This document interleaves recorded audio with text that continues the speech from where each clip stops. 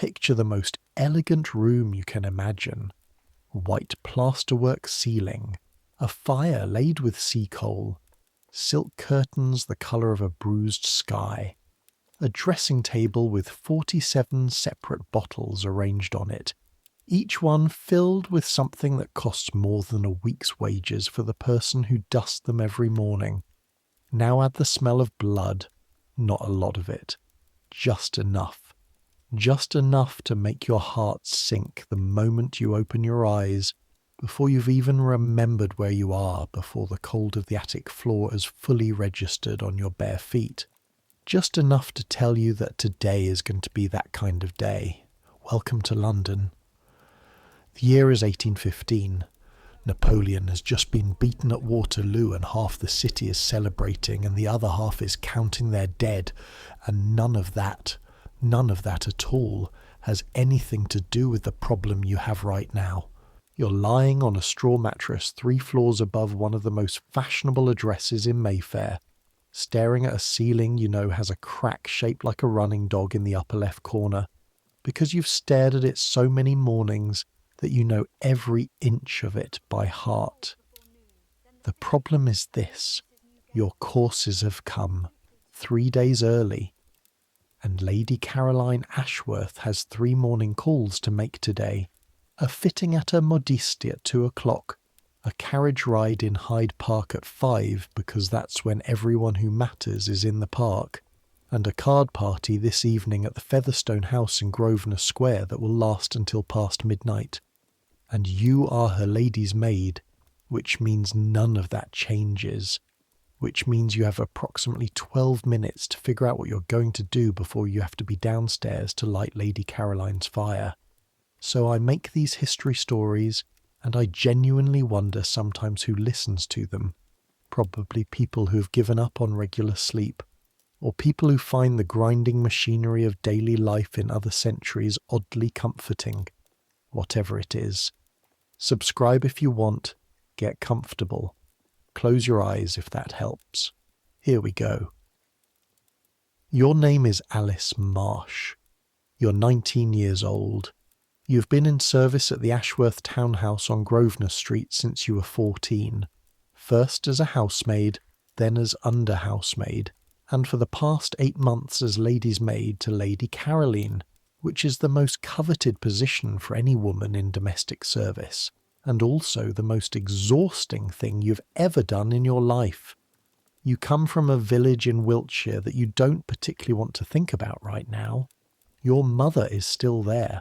She would know exactly what to do in this situation, because she did it every month for 30 years without complaint, which tells you something about your mother, and also something about what women in 1815 are expected to endure without complaint. The attic room you share with Nell, the second housemaid, is cold. Not pleasantly cool, not autumn brisk.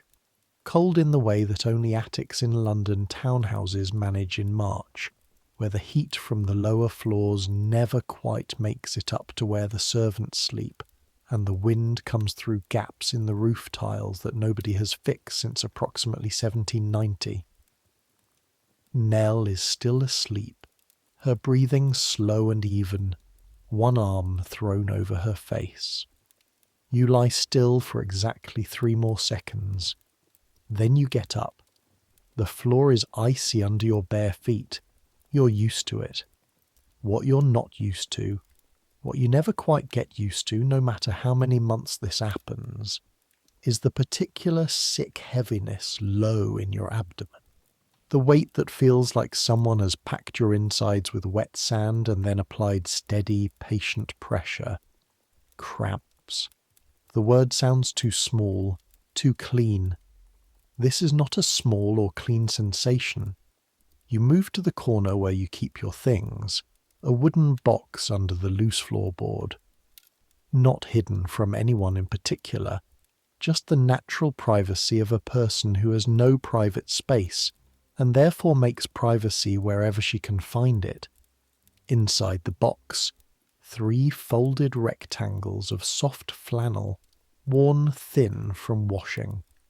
A length of narrow white cotton tape, about the width of your thumb, 2 small squares of oilskin, and a twist of brown paper containing dried chamomile flowers that Mrs. Poole, the housekeeper, gave you last month when she noticed you walking slightly bent for 2 days and said nothing except chamomile tea, boiling water, hold it in the cloth on your belly, don't let Lady Caroline see you limping. Mrs. Poole, more on her later. You take one of the flannel rectangles and the cotton tape. These are your clouts. The tape will tie around your waist, holding the flannel in place between your legs. It sounds simple. It is not simple. The tape can slip. The flannel can shift. The oilskin helps with the worst of it, but adds bulk, and on a bad day makes a faint crackling sound when you walk that you've learned to cover with a deliberate, steadier tread. You have done this before. You will do it again. You will do it every month until your body decides to stop, which could be decades from now. That thought lands in your chest like a stone dropped in still water. Ripples. You push it away. There isn't time. You pin the flannel in place, tie the tape, pull on your undershift, your stays, your plain dark dress, your apron. The stays make the cramping worse. They always do. The boning presses against exactly the wrong places, adding a tightening pressure to the internal one. Lady Caroline's stays, you think, briefly, uncharitably, are made by Madame Bonheur on Bond Street, and cost 47 shillings a pair, and are lined with fine cotton and shaped with whalebone of the most flexible variety. Yours are second-hand, reboned with heavier stuff, and came with the house. You pin your cap on. You look in the small square of mirror balanced on the windowsill. Your face looks back, young, pale, 2 shadows under the eyes that weren't there a year ago. You look fine. You look invisible. That, you've learned, is the point. The servant staircase at 14 Grosvenor Street is steep and dark and smells perpetually of tallow candles and the damp that rises from the kitchen below. You go down it carefully, hand on the wall, not from fear of falling, but because you've learned that a sudden heavy step reverberates through your entire lower body right now, and you'd rather not. You've got until midnight to manage this sensation. You'd like to get through the first hour without your face doing something it shouldn't. The kitchen is already alive when you pass through. Mrs. Briggs, the cook, is at the range with her back to you, attending to a pot that hisses and spits. Hannah, the kitchen maid, 15 years old, small as a wren, always slightly flour-dusted, is moving between the larder and the kitchen table with purposeful speed. The smell here is better. Wood smoke. Fresh bread from last night, cooling on the rack. And underneath it the coal heat from the range, which is the closest thing to warm you've encountered since you got out of bed. You stop at the range for one moment. Just one. You press your hands against the iron edge. Not close enough to burn. Just close enough to feel the heat radiate into your palms and up your arms and begin to work its way somewhere useful. The cramping doesn't stop, but the warmth helps, slightly, in the way that small mercies help, which is to say not really, but enough to keep you moving. Mrs. Briggs turns around. She takes one look at your face and says nothing. But she lifts a small copper pot from the back of the range and pours something into a cup. Hot water, dried herbs floating on the surface.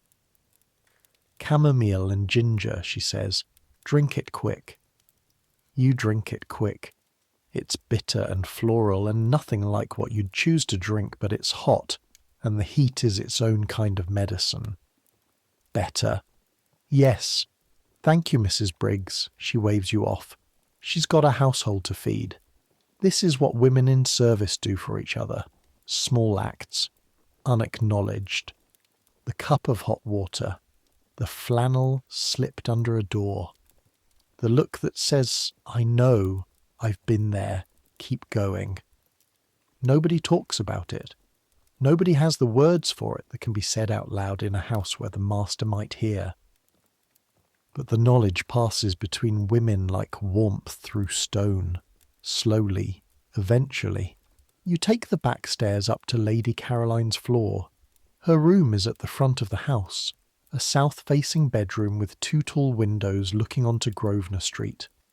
In the summer, the morning light floods in and makes everything gold. In March, it comes in grey and horizontal, and does Lady Caroline's complexion no particular favours whatsoever. The room is cold when you enter. The fire was banked last night, and has been doing nothing useful since about 3 in the morning. You kneel at the grate, feeling the movement in your abdomen like a drawn-out warning, and begin laying the fire with the fresh coal and the paper, and the flint, and the small prayers that always accompany this process in March in London, because March fires in London are perverse and unpredictable and sometimes simply refuse. This one catches on the second attempt. You sit back on your heels for a moment and watch the flames take. Then you stand, smoothing your apron, and move to the curtains. You draw them back carefully, one at a time, not yanking, because Lady Caroline wakes badly and sound is her greatest enemy in the first 20 minutes. Grosvenor Street below is already moving. A coal merchant's cart, heavy and groaning. A crossing sweeper, a boy of maybe 10, working his way across the road ahead of a carriage. 2 women in decent dresses and plain bonnets, walking fast in the direction of Oxford Street, probably heading for their own positions in some other fashionable house. The city's awake. It's always awake, really. It just gets louder. Alice! The voice from the bed is muffled, irritated, not quite fully conscious. Good morning, my lady. A pause. A rustle of very expensive linen. What time is it? 7:30, my lady. Another pause. Is it raining? You look at the window. The sky is the colour of pewter. The street is dry. Not at the moment, my lady. This is the extent of Lady Caroline Ashworth's early morning conversation, and has been for the 8 months you've worked for her. She's 23 years old, the daughter of an earl, the wife of a viscount who is currently in Vienna doing something diplomatic, and she is beautiful in the particular way that wealthy, well-rested, excellently fed women of her class are beautiful, which is to say, mostly effortlessly, with expensive help. She's not unkind. You want to be clear about that. She is not the sort of mistress who throws things or screams. She simply lives at a remove from the mechanics of her own existence. The fire lights itself. The dresses appear pressed. The hair is somehow always arranged by 9 o'clock. These things happen around her the way weather happens around a house. Natural, invisible, requiring nothing of her except to occasionally notice the results. She does not know what you are managing this morning. She never will. That is the contract. Unwritten, unspoken, understood by everyone in this house from Mrs. Poole down to Hannah the kitchen maid. You bring Lady Caroline her world assembled and polished. You do not bring her the machinery. The washing water comes first. A jug poured earlier from the kettle downstairs. Warm, not hot. You've learned her preferences precisely over 8 months. You pour it into the porcelain bowl, arrange the soap, rose water soap, French, costs more per bar than your weekly wage, and lay the towels. Then the wardrobe.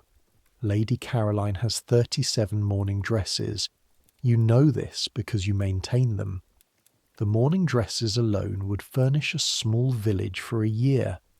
And that's before you get to the evening gowns, the walking dresses, the carriage dresses, the riding habit, the court dress she wore once to the Queen's drawing room, and which lives wrapped in muslin in a box at the back of the wardrobe like a holy relic.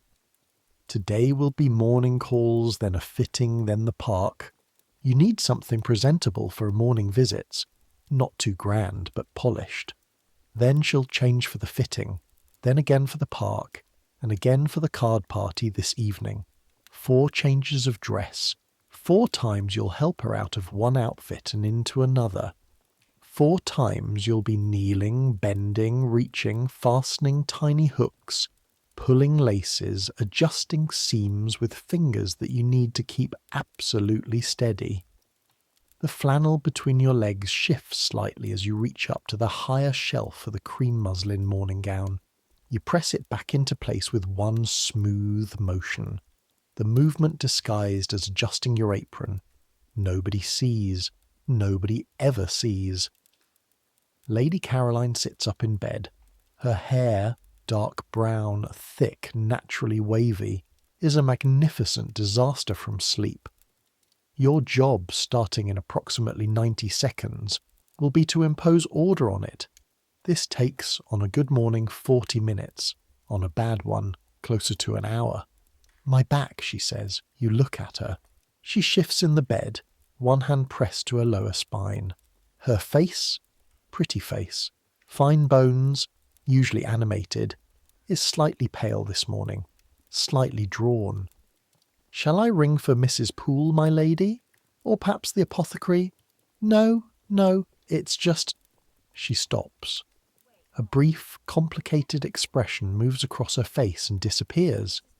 "It's the usual thing," she says. "My monthly—" She stops again. Even here, even alone with her maid, even in the most private room in the house, the word sits awkwardly in the air. "My courses," she says. "Yesterday, actually, but it's worse this morning." You look at her for a moment. You have a cloth stuffed with flannel tied around your waist with cotton tape. Your abdomen feels like it's being wrung like a wet rag. You have 4 changes of dress to facilitate, 12 hours of attendance to provide, and no option whatsoever to lie in bed until you feel better. "I'm sorry to hear that, my lady," you say. Your voice is entirely even. "Shall I fetch the laudanum?" Lady Caroline Ashworth considers her morning. "Yes," she says, "and have Mrs. Briggs send up some warm broth. I think I'll take my morning calls in the back sitting room where the fire is better, and tell my callers, if anyone asks, that I'm not quite the thing today." "Yes, my lady." "And ask Mrs. Poole if she has any of that patent medicine, the Godfrey's cordial, or whatever it is she keeps in the cabinet." "Of course, my lady." She settles back against the pillows with the comfortable resignation of a person who's decided that today is going to involve certain adjustments. You carry the warm washing water to her bedside without spilling a drop.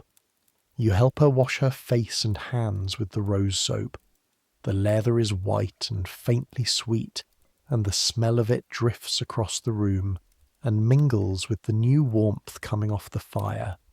You arrange her hair. This is the most skilled part of your job, and in some ways the most intimate. Standing behind someone, your fingers moving through the weight of their hair, pinning and curling and building the shape that will be Lady Caroline's public face today. Your hands know what to do. They work almost independently. Your fingers separate the sections, wind them around the curling tongs you've heated at the fire, hold each curl until it sets, release. 43 minutes, start to finish.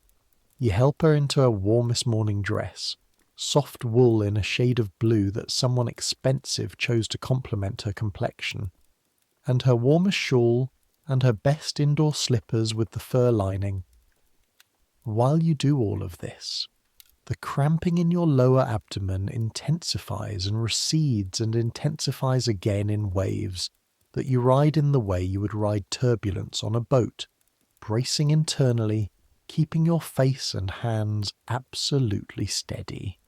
At no point does Lady Caroline notice anything unusual.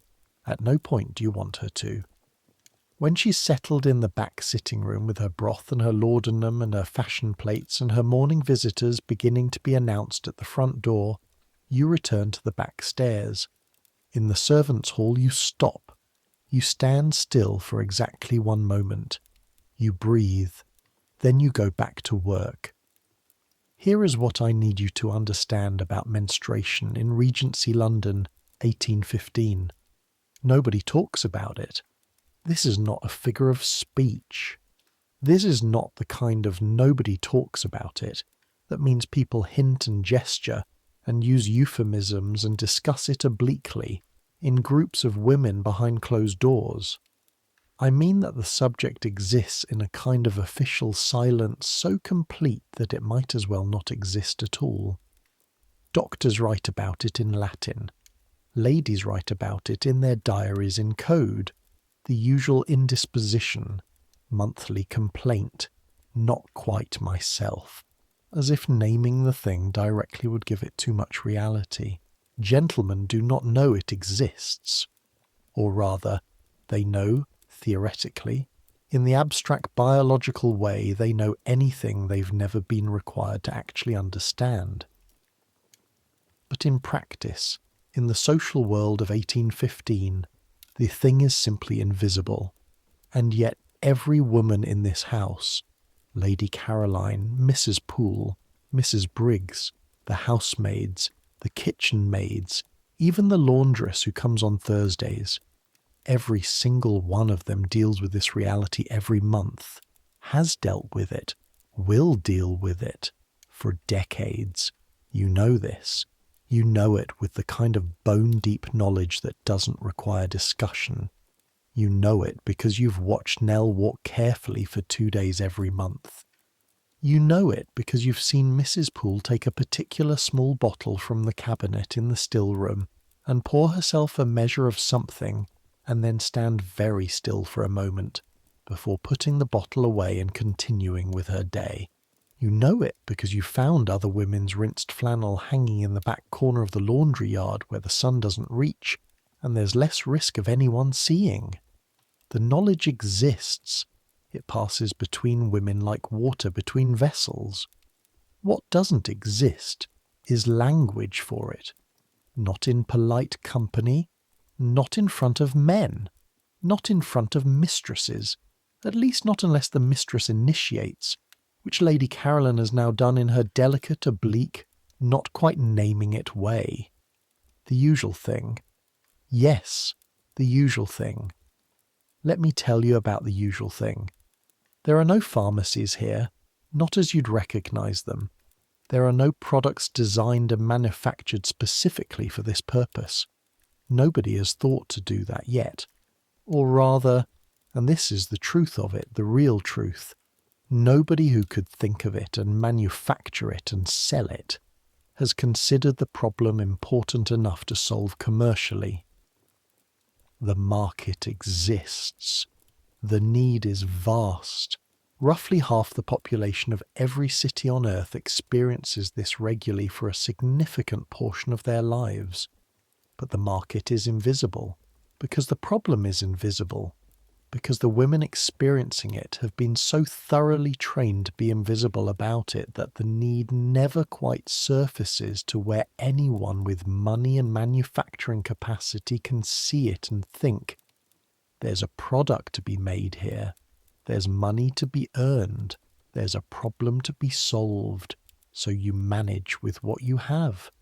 What you have is cloth, old cloth mostly, worn-out linen shirts, old flannel petticoats, any soft woven fabric that has seen better days and can now serve a different purpose, cut into rectangles roughly the size of your hand or a bit larger, folded, pinned or tied into place.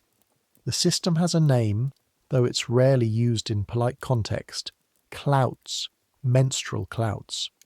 Women have been using them in essentially this form for centuries. Your grandmother used them. Her grandmother used them. Every woman you've ever known has used them, though you have never once discussed this fact directly with any of them. The tape around your waist is the belt. Some women make proper belts, more substantial, with loops or hooks or buttons to secure the cloth. Some use simple ties. Some, for the worst days, layer 2 pieces of cloth and add a square of treated oilskin or wax linen between them, for protection against leaks. The protection is never perfect. This is the central fact that no one discusses and that every woman navigates around every month. The protection is never perfect. Accidents happen. They happen to washerwomen, and they happen to queens, and they happen to everyone in between. The difference between classes is not whether accidents happen, but what resources you have to manage the aftermath. Lady Caroline Ashworth has 14 petticoats. She has a lady's maid, that's you, who will quietly remove anything compromised and deal with it without comment. She has money to replace damaged items. She has the time, the space, and the social permission to be not quite herself today. You have 3 pieces of flannel, the clothes on your back, and 12 hours of work ahead of you. The math is not complicated. The unfairness of it is not complicated. The silence around it is. The morning calls come and go. 3 of Lady Caroline's friends arrive in sequence, each spending approximately 20 minutes drinking tea and saying things about society, fashion, and the marriages and near marriages of their mutual acquaintances. You stand in the corner of the back sitting room waiting to pour tea, to fetch shawls, to receive the callers' cards, to assist when needed. Standing is harder than moving, you've discovered. When you're moving, walking, carrying things, attending to tasks, the cramping recedes slightly, as if distracted by the activity. When you're standing still, there's nothing to do but feel it. The waves of pressure. The low persistent ache that radiates down your thighs toward your knees. You stand very straight. The posture helps, or at least it makes your face harder to read. The first caller is Mrs. Haverfield, small, bright-eyed, in a pelisse the colour of conkers, who sits very close to Lady Caroline on the settee and speaks in a low, fast, enthusiastic voice about something she refers to as the business with Lord Devonish. You don't know what the business with Lord Devonish is, and you're not meant to know. You know only that it makes Lady Caroline raise her eyebrows twice and press her lips together once and say, "Extraordinary," with a great deal of feeling. The second caller is a young woman whose card says Miss Adelaide Fairfax. She's maybe 20, tall, with a pointed face that would be pretty if she smiled more. She doesn't stay long. She seems uncomfortable about something. She drinks her tea too fast and leaves a half-eaten biscuit on the edge of her saucer. You notice, because it is your job to notice everything, that Miss Fairfax sits in a particular way, very upright, very still, with a careful deliberateness that you recognise. Not pain exactly, management of something. She catches you looking. For 1 second your eyes meet. She looks away first. The third caller, arriving just as the second is leaving, is Mrs. Diana Holt, who calls frequently, and who is one of those women who notices that servants are people, not in an intrusive way, more in the way of someone for whom basic human attention is a natural habit. While Lady Caroline goes to speak briefly with her butler in the doorway, Mrs. Holt turns to look at you. "You look pale," she says quietly.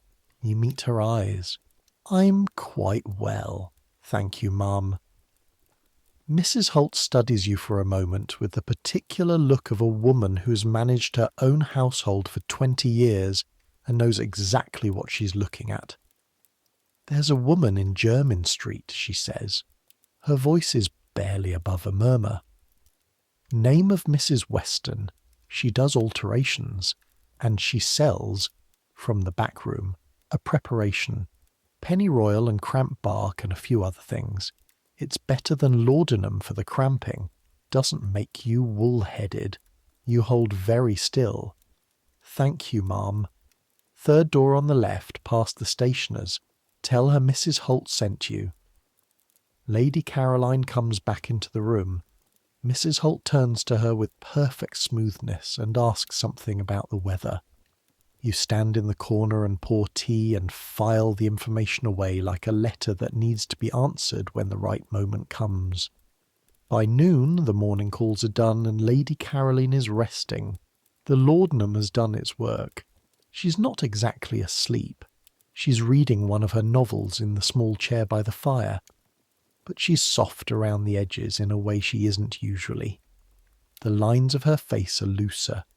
She holds the book with one hand and the other rests on her stomach. Palm down, pressing gently. You know that pressure. You've been applying it to yourself intermittently all morning. You go downstairs. The servants' hall at this time of day has a specific quality, a brief lull between the morning's work and the afternoon's, where people sit and eat and say very little, conserving energy for what's coming. Mrs. Poole is at her end of the long table with what looks like the household accounts. Mrs. Briggs has sent up a plate of bread and cold meat. James, the footman, tall, 21, slightly too aware of his own handsomeness, is polishing silverware with the practised inattention of someone whose hands operate independently of his brain. Nell is at the other end of the table with a cup of tea and a look that says she'd rather be anywhere else. You sit down beside her. She looks at you sideways. Bad, she says. Could be worse. That's not a no. You eat a piece of bread. Your appetite is not what it was this morning, but not eating is its own kind of problem. You've learned this. The body needs fuel to manage pain. You eat. Nell is 22. She's been here 3 years longer than you. She's a housemaid, which means she carries coal and water and makes fires and scrubs things. It is harder work in some ways than being a lady's maid. More physical, more grinding. But in other ways it is simpler, because Nell's performance of her duties is not visible in the same way. She can grimace carrying a coal bucket up 3 flights of stairs. Nobody's watching her face when she does it. She's got it too, Nell says, in a voice so low only you could hear it. Lady Caroline. Mrs. Poole told cook this morning.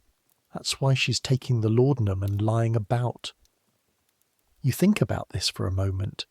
2 women in this house today, managing the same biological reality. One of them can lie about.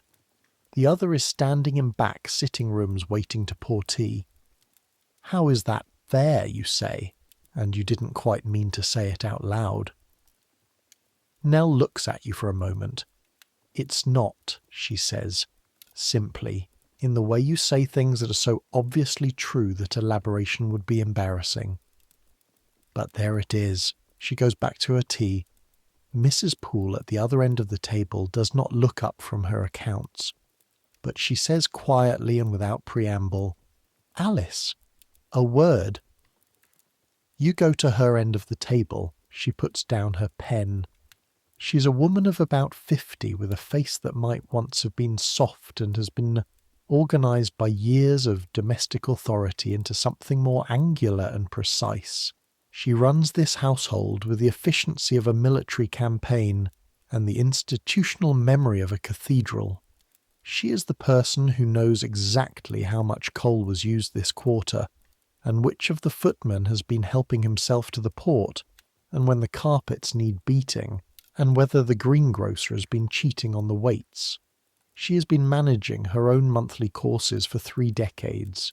She will not say this out loud. I've spoken with Mrs. Briggs, she says. She has a hot water bottle she can send up to Lady Caroline's room this afternoon when she returns from the fitting. I want you to mention to Lady Caroline, casually, not as a prescription, that she might find the card party this evening more comfortable if she rested between 4 and 6. Yes, Mrs. Poole. And for yourself, a pause, very brief. There is a clean piece of flannel in the laundry cupboard on the 2nd floor. Top shelf, Behind the spare pillow ticking, it's already cut to size, she goes back to her accounts. That's it. That's the whole conversation. No direct acknowledgement. No names for anything. Just information, passed from one woman to another with the efficiency of long practice. You look at her profile for a moment. The downward slope of her nose, the precise arrangement of her cap, the slight compression of her mouth that is Mrs. Poole's version of concentration. And you think about how many times she's had this conversation. How many girls have come through this kitchen, through this house, past this table. How many times the flannel on the top shelf has needed replacing. She is, you think, without sentiment and without drama, one of the most quietly competent people you have ever known. Thank you, Mrs. Poole. She nods once without looking up. You go to the laundry cupboard on the second floor, top shelf, behind the spare pillow ticking. The flannel is there, clean, folded, soft from washing. You take it without looking around, tuck it under your arm, go to the water closet at the end of the hall. 5 minutes, alone. You make the necessary adjustment. The fresh flannel is warmer against your skin than the one from this morning, which is something. Tiny mercies. You take them where you find them. Back to work. The fitting at Madame Bonnier's takes an hour and 40 minutes. Madame Bonnier is not French. Her name is Ellen Boothby, and she comes from Nottingham, but she has spent enough years on Bond Street to have acquired the accent that her clients expect, and a manner that suggests she was born arranging fabric rather than learning to. She is clever, efficient, magnificently skilled with fabric and pins, and absolutely ruthless in the business of telling wealthy women that what they want can be achieved for approximately twice what they've budgeted. Her workroom is up a narrow stair from the shop floor. It's warm with the heat from several small braziers and the collective body heat of 4 young women bent over sewing frames. The smell is clean and specific. New cloth, the dusty sweetness of fresh cotton and silk, and underneath that the sharper smell of the pins that Madame Bonheur keeps in a cluster at the corner of her mouth while she works. Lady Caroline stands on the fitting platform in a half-completed evening gown. Deep green silk cut in the current high-waisted style, with a modest décolleté and short puffed sleeves. She's being rotated slowly, assessed from every angle, while Madame Bonheur makes small adjustments and speaks in an unbroken stream about the exact nature of each change, and why it is necessary and what it will achieve in terms of line and movement and effect. You stand against the wall. The fitting platform is raised. From here you can see the whole workroom. The girls at their frames, the bolts of fabric lined along the shelves, the window looking out onto a grey Bond Street where carriages pass in both directions. The light is flat and good for close work. The girls are bent over their frames at identical angles, their hands moving with the quick economy of people who do very fine things repeatedly until the fine things become mechanical. Your lower back aches.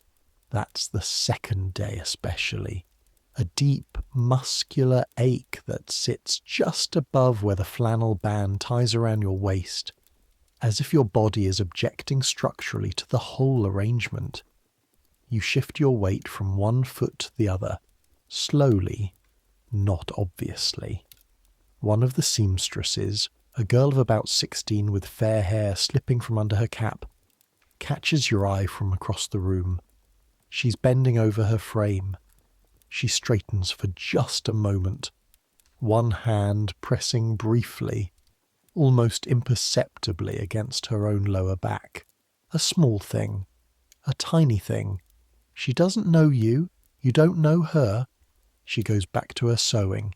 You go back to standing. But for 1 second, the two of you were in exactly the same place, managing exactly the same thing, on opposite sides of the room. No words, no acknowledgement anyone else could see. Just that one look, that one shared gesture, and then both of you back to the work. The city is full of this. Women going about their lives, all of them managing this invisible monthly difficulty, none of them acknowledging it in any language that anyone official might hear. Madame Bonheur declares herself satisfied. The gown is removed. Lady Caroline is helped back into her day dress. Another fitting scheduled for next Tuesday. You pay the deposit from the household money Mrs. Poole gave you this morning and make a mental note of the receipt. Back in the carriage on Bond Street, Lady Caroline leans her head back against the squabs. "The green is quite perfect, I think," she says. "It suits you beautifully, my lady. Madame Bonheur wants to add another inch to the hem, but I told her absolutely not. I'm not 6 feet tall." "You are quite right, my lady." She closes her eyes for a moment. The carriage rocks gently over the paving stones. "Alice." "My lady." A long pause. "You look tired today. Are you well?" And here it is. The question. There are several possible answers. There is the true answer. There is the expected answer. You have these few seconds in the gentle rocking of a carriage on Bond Street to decide which one to give. "I'm quite well, my lady. Thank you for asking." Lady Caroline opens her eyes and looks at you for a moment with something that might be scepticism, and might be relief, and might simply be the look of someone who has received the answer they needed, and is free to accept it at face value. "Good," she says, and closes her eyes again. You look out the carriage window at Bond Street sliding past. A woman selling oranges on the corner, her hands bare in the cold, the skin rough and reddened with weather. She's shifting her weight from foot to foot, cold or tired or simply passing the minutes. A crossing sweeper, a girl this time, maybe 12, making her way across the road with her broom, shoulders hunched against the cold. A lady in a very fashionable bonnet emerging from a milliner's shop on a footman's arm, laughing at something. All of them out in the cold, all of them getting through the day. You watch until the carriage turns the corner and Bond Street disappears. Hyde Park at 5 o'clock in mid-March is an act of collective social determination. Everyone who calls themselves fashionable is here, or aspires to be here, or has to be seen here in case someone who matters is watching. The carriages make their slow circuit of the ring. People on horseback weave between them. Couples walk on the path in the thin afternoon light with the deliberate casualness of people who have dressed for exactly this moment. The cold is significant. Not brutal. It's not January, and there's been a hint of actual spring this week, but significant enough that everyone's cheeks are pink, and the horse's breath comes out in plumes, and the women in their carriage dresses have their hands buried in fur muffs. You're inside the carriage with Lady Caroline, because Lady Caroline wanted company today, and because having her lady's maid beside her communicates something about the household's standing, which is always being communicated and read and assessed in ways that seem disproportionate to the information conveyed. But Lady Caroline is exchanging greetings through the carriage window with people who stop to speak, and she's not talking to you, and so you are essentially invisible again, sitting correctly, looking appropriate, being, in the technical language of your position, in attendance. The park is beautiful in a spare, wintry way. The trees are still mostly bare, but there's the first green suggestion on some of the branches, that impossible tender new growth green that appears every year, and somehow every year still looks like a miracle. The grass is the dull gold green of early spring. The sky above is that particular London late afternoon colour, somewhere between slate and the faintest blush at the horizon. Lady Caroline exchanges news with the occupants of 3 different carriages without getting out of hers. One of the carriages that stops belongs to a Lord Featherstone, nephew of the man hosting tonight's card party. He is perhaps 30, pale, with the kind of elaborate neckcloth that suggests either great confidence or a very skilled valet. He speaks with Lady Caroline for 5 minutes about the arrangements for this evening. My aunt asks particularly that you come, he says. She says the company will be vastly improved by your presence. Your aunt is very kind, Lady Caroline says. I may be a little late. I've had a slight indisposition. Nothing serious, I hope. He looks appropriately concerned. Nothing at all. A passing thing. She means her courses. He does not know she means her courses. He would be not horrified exactly. He would simply not know what to do with that information. The gap between what he is permitted to understand about women's bodies and what women's bodies actually do is so wide that it functions as a kind of useful blindness. Nobody has asked him to close it. Nobody ever will. The carriage moves on. Lady Caroline settles back. She's quieter than usual this afternoon, the laudanum long since worn off and not yet replaced. She presses her muff-warmed hands against the front of her pelisse for a moment, the gesture small and private. I may retire early this evening, she says, not quite to you, more to the middle distance. You consider what you know about the card party at the Featherstone house, how long it will run, whether Lady Caroline will in fact retire early, or whether the social pull will override her body's objections. In 8 months of experience, the answer is usually, she won't. I'll make sure your bed is prepared in case you need it, my lady. Yes, do. The carriage makes another slow circuit of the ring. Above the bare trees, the sky is turning darker, the first suggestion of evening pressing down from the east. And somewhere across the park, through the iron railings and the streets beyond, the city hums with its enormous ongoing self. 1 million people managing their lives with various degrees of success and various degrees of suffering and various degrees of silence about the suffering. You shift slightly on the seat, adjust your position. The ache is lower now, more dull. Sometimes that means the worst is passing. Sometimes it's just a pause before the next wave. The carriage turns for home, on the way back through the streets, Piccadilly, then St. James's, then the familiar grid of Mayfair. You remember what Mrs. Holt said this morning. Jermyn Street, Mrs. Weston, alterations, Penny Royal and Cramp Bark. You've heard of Penny Royal. Every woman in your mother's village knew about it. A small aromatic herb used in teas and preparations for various female complaints. Your mother kept a dried bunch of it in the rafters of the kitchen, alongside the lavender and the rosemary, without ever explaining what it is for in any language that a child could directly understand. Crampbark is new to you. The name alone is suggestive. You file it away. There will be no time to go to Jermyn Street today. There's Lady Caroline to dress for the card party, and Lady Caroline's hair to rearrange, and Lady Caroline's evening slippers to find, and the whole complex performance of taking one already elegant woman and making her more elegant still before 10 o'clock. But the information sits in your chest like a small warm thing. Later, eventually.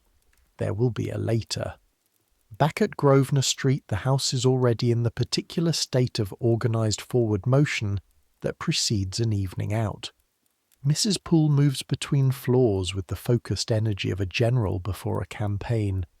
James has been sent to polish the carriage lamps again because he did them imperfectly the first time. Hannah is heating irons for the pressing of Lady Caroline's evening gown. Lady Caroline goes directly upstairs to rest until 7 o'clock as you suggested, and as Mrs. Poole endorses with a brief decisive nod when she hears about it. This gives you 2 hours. 2 hours in which you eat a proper meal in the servants' hall, mutton stew, bread, a cup of something warm, collect the green evening gown from Hannah, check every seam, every button, every square inch of delicate silk for anything that needs attention, press the small ruffle at the neckline that has gone slightly limp from the fitting, locate the matching evening slippers, find the pearl eardrops that Lady Caroline mentioned this morning and which were last seen on the dressing table but are now inexplicably not on the dressing table. Search 4 drawers and a small cabinet before locating them in the inner pocket of a reticule. Locate the reticule that goes with the green gown, clean it, check it. Fill it with the appropriate small items. A handkerchief, a small vial of rose water, the fan with the carved ivory handle. And then go back to the laundry cupboard on the 2nd floor for one final necessary visit. The cramping has eased, not gone. It's still there, a presence, a low background note. But the worst of it has passed and the flannel has done its job without incident today. Which is something. Which is, honestly, the small daily victory that nobody talks about, but which represents an enormous amount of quiet management and forward planning and sheer determination. You stand in the laundry cupboard for a moment after you've finished the necessary adjustment. Just for a moment. The house is loud around you. Above, below, the sounds of preparation, footsteps and voices and the distant clink of something being moved in the kitchen. The carriage will need to be brought round at 9. The party lasts until midnight at the earliest. 4 more hours. You can do 4 more hours. You put on a clean apron. You go upstairs to wake Lady Caroline at 7 o'clock. Here is what I need you to understand about laudanum. It is everywhere in 1815. It is in every household medicine cabinet in England, in every apothecary's shop sold over the counter for pennies without any kind of restriction or prescription. It is opium dissolved in alcohol, and it is called a tincture, and it is used for everything.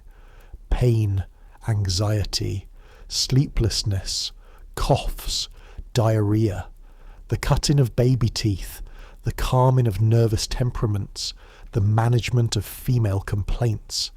That last category is doing a great deal of work.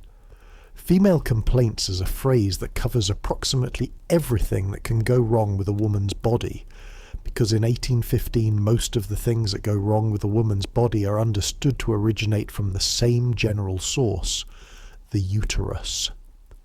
Doctors, and I'm using the term loosely, because the medical profession in 1815 ranges from genuinely skilled surgeons at one end to charlatans with impressive coats at the other. Doctors believe that the uterus is the seat of a particular kind of female volatility, that monthly courses, if disrupted or suppressed, can cause hysteria, faintness, nervous collapse, raving madness. This sounds ridiculous. It is ridiculous. But it is also, in a backwards way, an acknowledgement that the monthly cycle is real and powerful and affects the whole body. The medicine is wrong. The underlying intuition that what happens to a woman's body every month matters, is significant, should be attended to, is not entirely wrong. It's just that the attending to usually takes the form of laudanum. Lady Caroline Ashworth takes laudanum today, and because she's a wealthy woman with a doctor who calls on her and a household staff who cater to her, her dose is measured, and her rest is genuine, and her pain is genuinely, if briefly, chemically addressed. Women without those resources take whatever they can find. There is gin, available at nearly every corner shop in London, significantly cheaper than laudanum and considerably less effective for pain management. but much more effective at making the world seem temporarily less important. There are patent medicines, dozens of them. Glass bottles with paper labels promising relief from female weaknesses and monthly obstructions and womanly complaints. Most of them contain alcohol. Some contain laudanum in varying and unspecified quantities. Some contain completely inert ingredients sold on the strength of optimistic labelling. There is Godfrey's cordial, the one Lady Caroline mentioned, which is laudanum in a sugar syrup, primarily marketed for infants but used by women for everything from menstrual pain to ordinary insomnia. It costs about a penny a dose. And there are the backroom preparations that women like Mrs. Weston on Jermyn Street sell. The pennyroyal and cramp bark and black cohosh and other herbs that women have been using for these purposes since before recorded history. Knowledge passed down from mother to daughter to midwife to neighbour. The same way the flannel rags are passed down. The same way the cotton tape is passed down without written instruction, without official endorsement, without a doctor's understanding or approval. The knowledge exists. The knowledge is real and often genuinely useful. Cramp bark, Viburnum opulus, if you want the Latin, actually works on uterine muscle spasms. Modern medicine will eventually confirm this. In 1815, the women using it know it works because they've used it, and their mothers used it, and it works. And they don't need a surgeon's validation for something so plainly evident from experience. They need not to be asked about it in front of gentlemen, that's all, just that. Lady Caroline is awake when you come in at 7. She's washed her face and she looks less pale, rest and laudanum and broth having done their combined work. And she has the slightly determined look of a woman who has decided that she's going to be perfectly fine this evening, and that her body will simply have to cooperate. You help her into the green silk gown. The process of dressing Lady Caroline for an evening out is genuinely spectacular, from a technical perspective. The underpinnings alone, the chemise, the stays, the petticoats, take 10 minutes to arrange properly.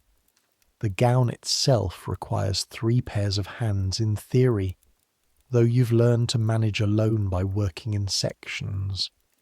The hooks at the back are very small and very close together, and the silk gives slightly at the wrong moments and pulls at the right ones.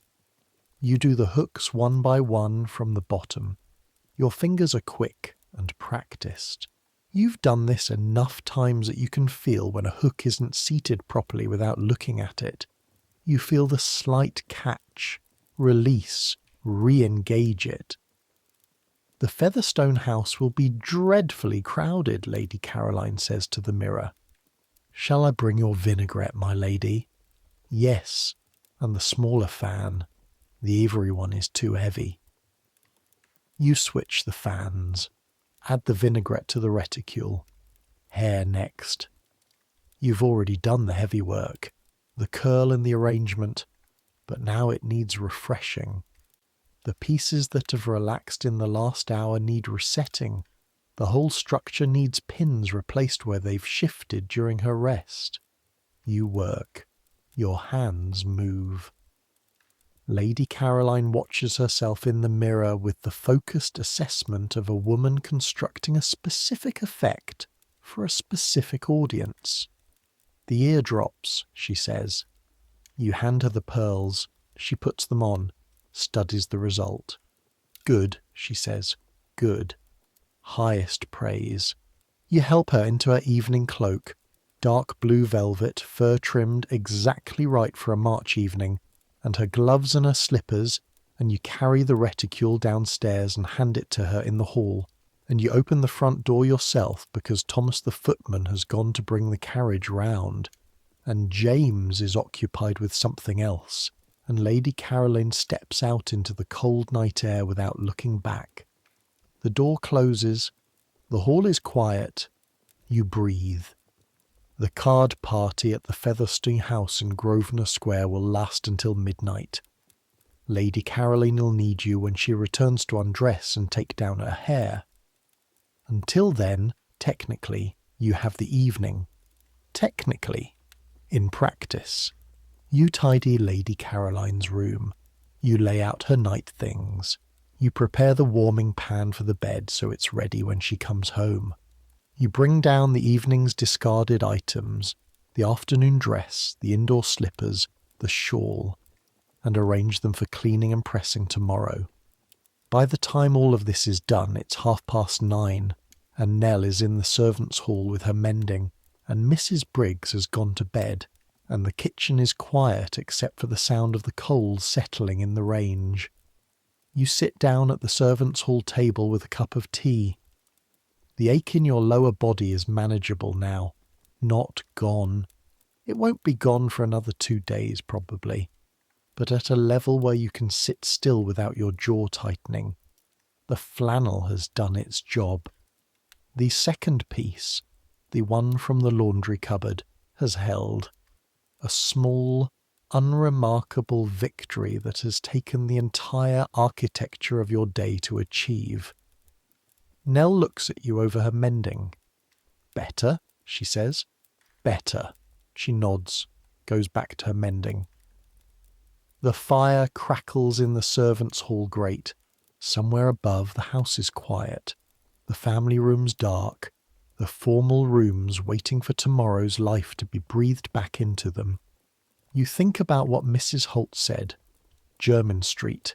Mrs. Weston. Third door on the left, past the stationer's. Tomorrow is Lady Caroline's at-home day, when she receives visitors. You'll need to be at the house all morning. But in the afternoon, if Lady Caroline rests as she usually does, there might be time. Half an hour. A short errand. A practical one. You file it away for the morning. The clock in the hall above strikes 10. 2 more hours until Lady Caroline comes home. You hold your tea in both hands. The cup is warm. The heat spreads from your palms up through your wrists into your forearms. A small thing. A sufficient thing. Midnight comes in stages. You hear the carriage first. The sound of wheels on Grosvenor Street, slightly different from the ordinary traffic. The particular rhythm of your own household's carriage. You're already in the hall by the time Thomas has the door open. Lady Caroline comes in looking flushed and bright-eyed, and considerably more animated than she did when she left. "The Featherstone house," she says, handing you her cloak, "is impossibly small for the number of people Mrs. Featherstone insists on inviting. I was at a card table with Lord Winton for most of the evening, and he cheats." "Does he, my lady?" "Outrageously. Everyone knows it. It's considered one of his more charming qualities." She pauses at the foot of the stairs. "I won 8 shillings. "Congratulations, my lady," she laughs. It's a genuine laugh, the kind she doesn't produce very often, unguarded, briefly pleased with herself. She was going to retire early. She did not retire early. Her body's discomfort, the thing she called the usual thing this morning, has been managed well enough by laudanum and rest, and sheer social determination that she has had a good evening regardless. She is a woman of her class and time, and women of her class and time are extraordinarily skilled at functioning in public regardless of what's happening in private. That skill, you think, was not born. It was constructed.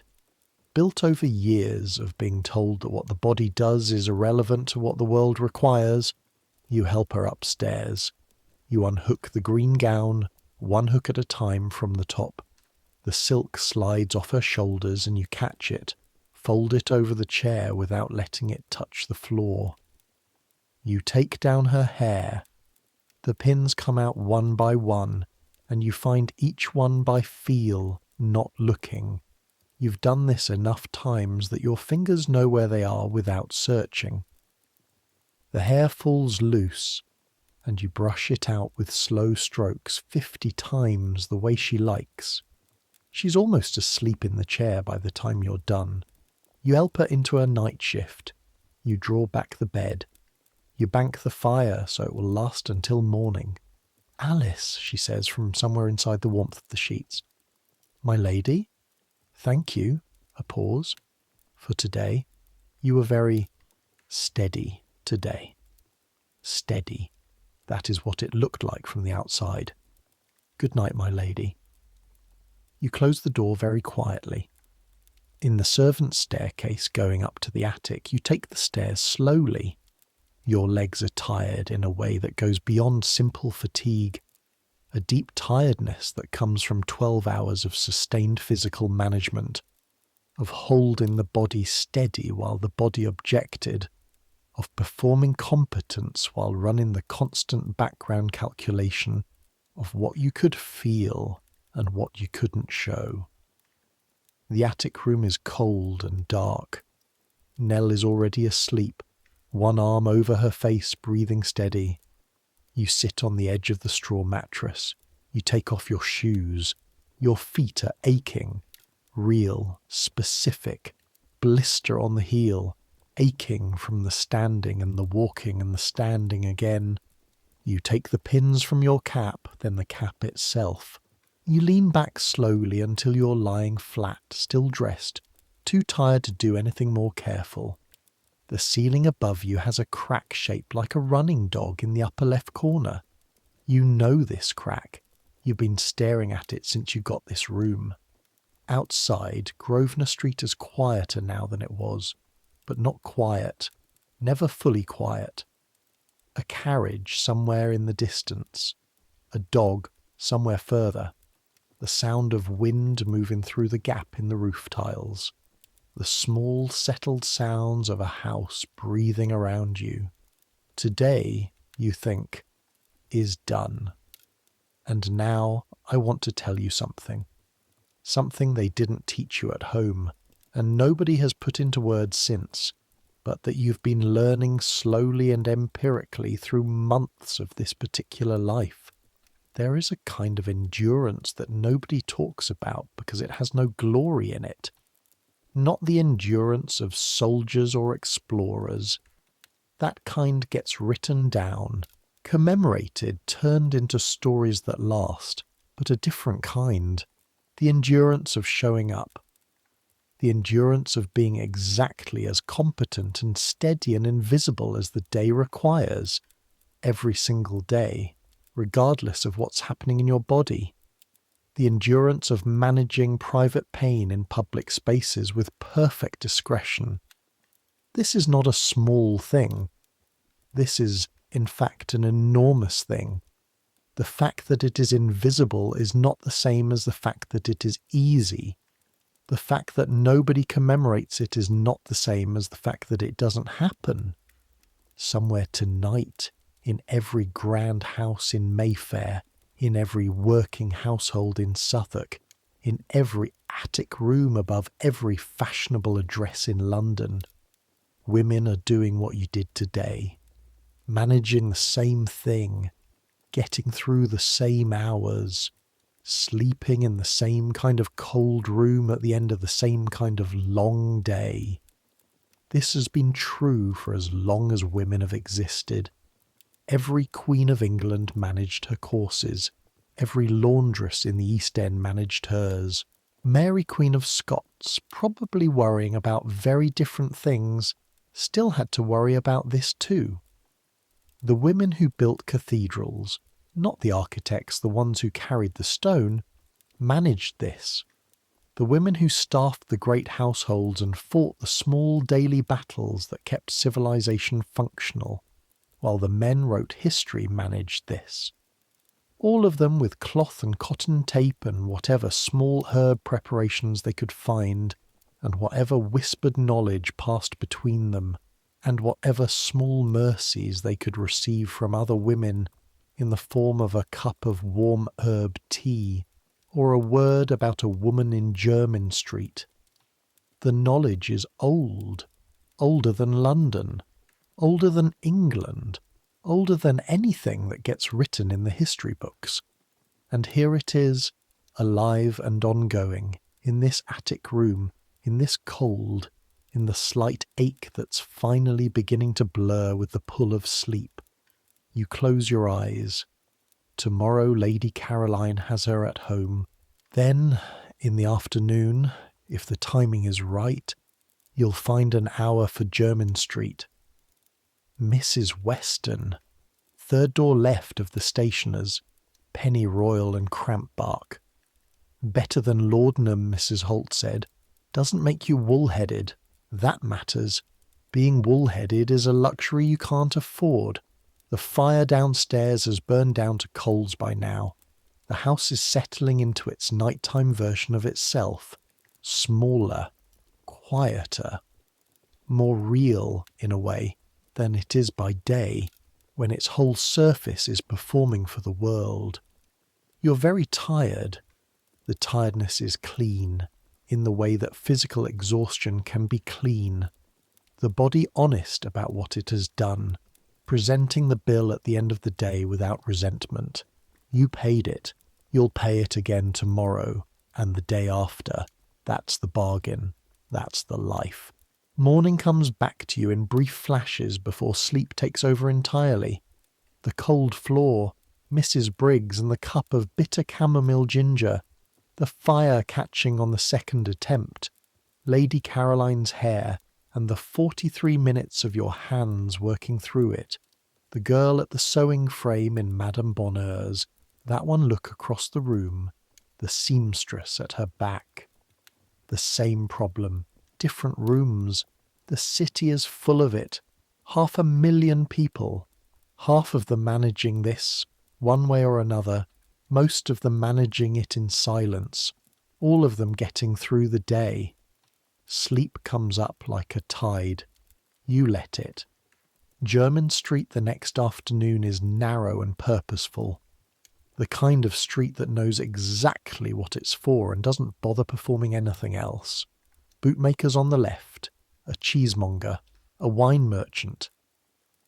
The stationer's, with its window full of pale neat paper and ink bottles in a row. Third door left. The sign says Mrs. E. Weston, alterations and needlework. The door is painted dark green. A bell sounds when you push it open, a small clear note. The front room is small and respectable. A counter, several bolts of plain fabric, samples of mending and alteration work arranged on a board, careful work, neat as arithmetic. A woman of about 40 sits at a table near the window with a piece of close needlework in her hands, and the expression of someone who has been interrupted in the middle of a thought. She looks at you, takes you in, your clothes, your cap, your bearing, with the quick assessment of someone who's been reading people for a long time. Mrs. Holt sent me, you say. Something in her expression settles. Did she? Not a question. She sets down her needlework. Come through then. Through a door at the back of the shop, a second room, smaller, with 2 chairs and a table, and shelves lined with bottles and paper packets, and small cloth bags with string ties.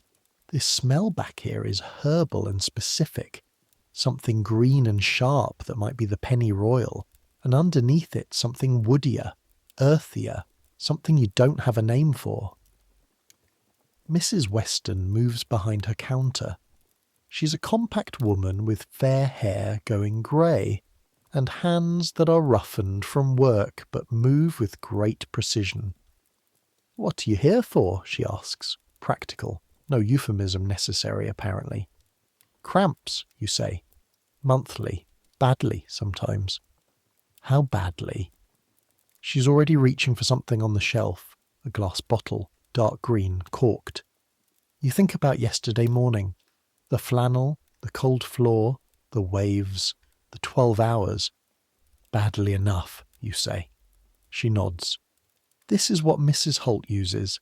Cramp bark and black cohosh with penny royal. She sets the bottle on the counter. The liquid inside is dark, almost the colour of strong tea. You take 15 drops in warm water, morning and evening when the cramping is worst, not more than that. It's not a cure for anything, but it takes the edge off without putting you to sleep.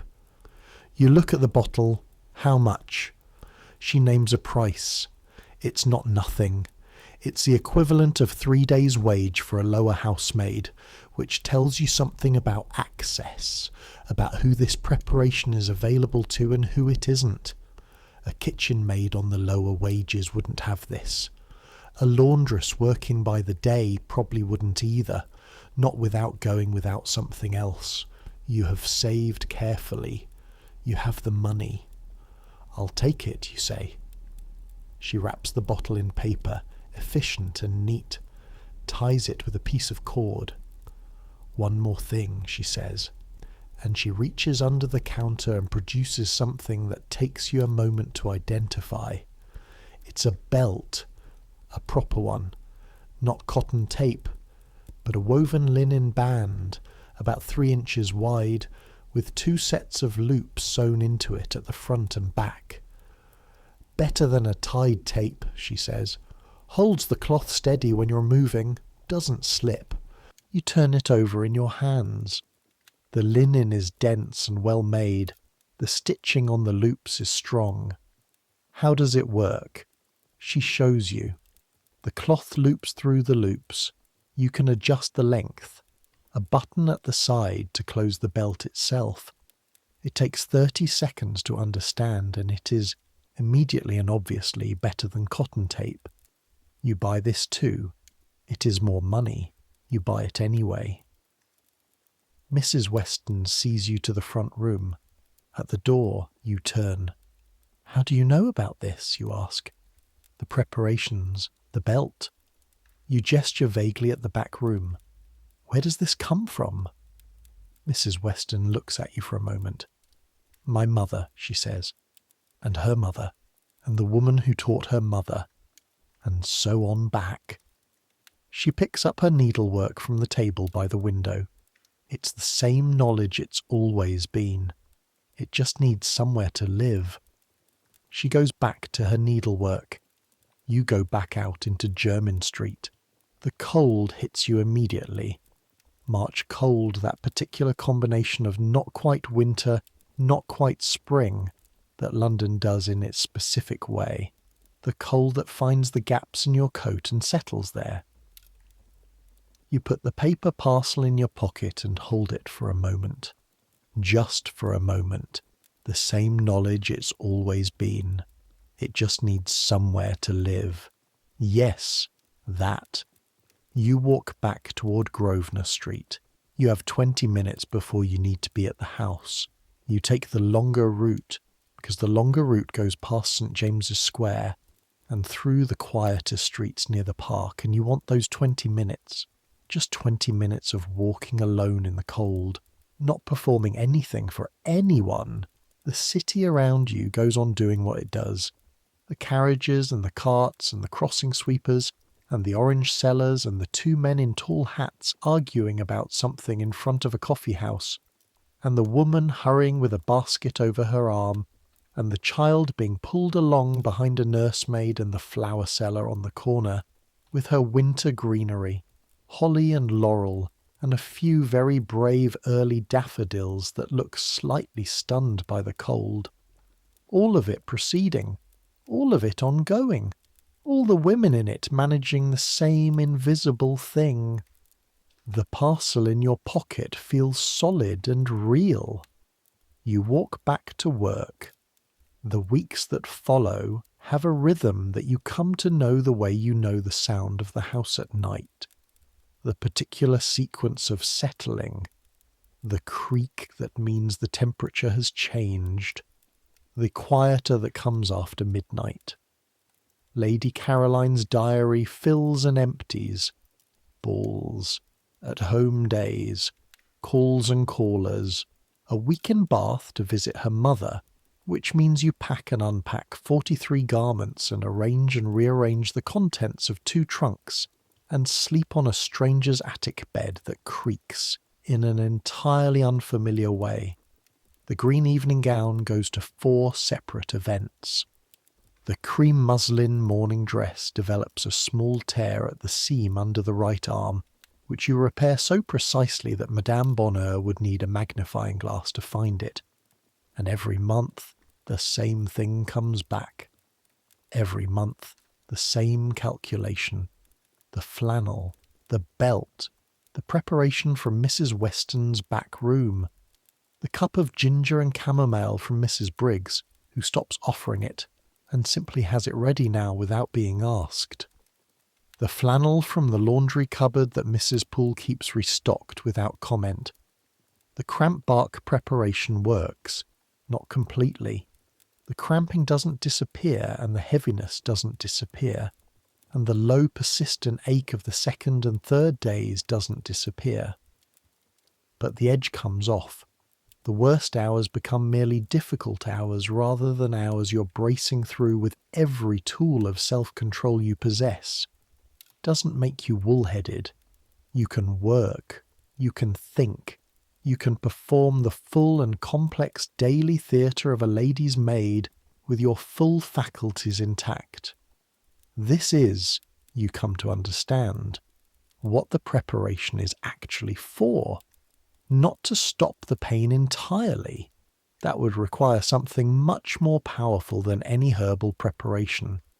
But to keep you functional, to preserve the thin margin between enduring and not enduring, between getting through the day and not getting through the day. The margin. That's what every woman around you is working to maintain. Mrs. Poole, with her small bottle from the still room, Mrs. Briggs, with her herbs, Nell, who you discover uses a preparation her grandmother made her, dried raspberry leaf and meadow sweet in a cloth bag that she holds against her belly at night. Even Lady Caroline, with her 47-shilling stays and her French soap and her bottle of laudanum from the apothecary on Bond Street, all of them managing the margin. The difference is only in the resources available. One evening in April, you're in the servants' hall after supper. Nell is mending. Mrs. Briggs has gone to bed. James the footman has gone out somewhere he probably shouldn't be. Mrs. Poole comes in with a cup of tea and sits across from you. She opens the household accounts ledger. She appears to be reviewing figures. For about 5 minutes nothing is said. Then, without looking up from her ledger, I spoke with Dr. Fairweather last week about Lady Caroline. You look at her. Dr. Fairweather is Lady Caroline's physician. Young, fashionable, confident in the way of men who've been trained that confidence is the primary qualification for their job. He recommended more laudanum, Mrs. Poole says, for the monthly complaint, and rest. Complete rest, if possible, for the first 2 days. A pause. Did he, you say? He did. She makes a small notation in her ledger. He seemed quite certain that this was the appropriate treatment. Another small notation. He himself, of course, has no way of testing this theory. You look at the fire. No, you say. He wouldn't. Mrs. Poole closes her ledger. She holds her tea with both hands, the steam rising past her face. The laudanum makes her slow, she says. She misses engagements. She writes letters she later regrets because the laudanum affects her judgment. She finds the first 2 days of each month. She stops, considers her phrasing. Significantly limiting. You think about this. Mrs. Weston in Jermyn Street, you say carefully, has a preparation. Cramp bark and penny royal. It doesn't... You choose your words as carefully as she chose hers. It doesn't cloud the head. Mrs. Poole looks at you directly, which she doesn't always do. Does it work, she says. For me it does. Yes. A silence. I may mention it to Mrs. Holt, she says, who may mention it to Lady Caroline through appropriate channels. The appropriate channels being in this case the network of women passing information sideways and diagonally through the official structures of Regency society. Woman to woman, drawing room to servants' hall, back room to apothecary, apothecary to drawing room. The knowledge finding its way through the gaps left by the doctors who don't ask the right questions and the husbands who don't know there are questions to ask. That seems sensible, you say. Mrs. Poole picks up her ledger again. The fire crackles. You finish your tea, and that, without fanfare, without any official recognition, without being written in any book or noted in any record, is how it works. That is how it has always worked. Summer comes. Grosvenor Street in July is a different planet from Grosvenor Street in March. The heavy grey skies are gone, replaced by London's version of summer, which is sometimes genuinely warm and bright and sometimes grey and damp, and occasionally both in the same afternoon. The windows are open in the morning.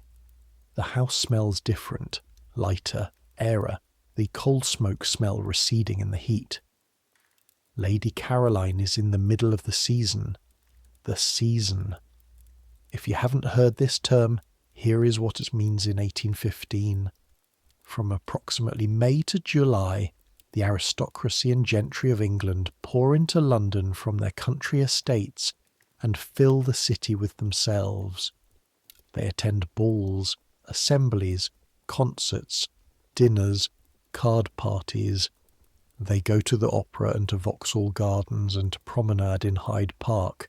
Their daughters are presented to society and their sons are evaluated as possible husbands, and the whole vast machinery of upper-class English social reproduction runs at full speed for approximately 12 weeks, and their ladies' maids run with it.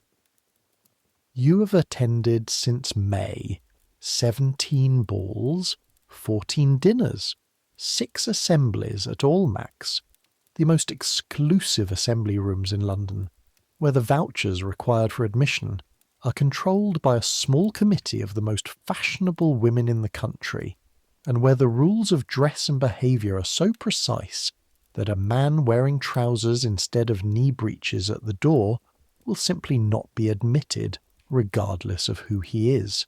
3 visits to the opera, Vauxhall Gardens twice. In the evenings, the famous pleasure gardens lit by 1,000 lamps strung through the trees, the smell of the lamp oil and the river and the crowd and the grilled chicken that everyone eats there, even though it is famously mediocre. Somehow the mediocre chicken is part of the tradition. A picnic in Richmond that required you to pack and transport more food and linen than you would have thought possible for what is nominally a casual outdoor meal. 17 balls. Let me describe one of those balls for you, because the ball is where everything about your life comes to its sharpest and most ironic point. The Thornton House on Park Lane, the 15th of July, a Saturday evening, which means the preparations begin not on Saturday morning but on Friday afternoon, when Lady Caroline's gown, white silk embroidered with tiny gold flowers, made by Madame Bonheur's best seamstress over a period of 3 weeks, is taken from its muslin wrapping and inspected and pressed and inspected again. Your courses, because timing is the kind of thing that doesn't care about social calendars, arrived on Friday. So you spend Friday afternoon pressing white silk embroidered with tiny gold flowers while managing the first day of your monthly courses, which is, if you're being precise about it, the worst day. The cramp bark preparation. The new belt from Mrs. Weston, which has now been replaced once because the first one wore out at the loops. The heat from the irons, hot metal handles wrapped in cloth, radiating warmth that helps the pressing, and incidentally provides some small relief to your hands, which you press briefly against the warmth when there's a moment. Brief moment. That's all there ever is. On Saturday, Lady Caroline rises at 10. She has a light breakfast, reads her correspondence, receives Mrs. Holt for morning calls, and retires to her room at 2 to begin the process of becoming what she will be tonight. 2 o'clock to 8 o'clock, 6 hours. Dressing Lady Caroline for a ball takes 6 hours. Not continuously.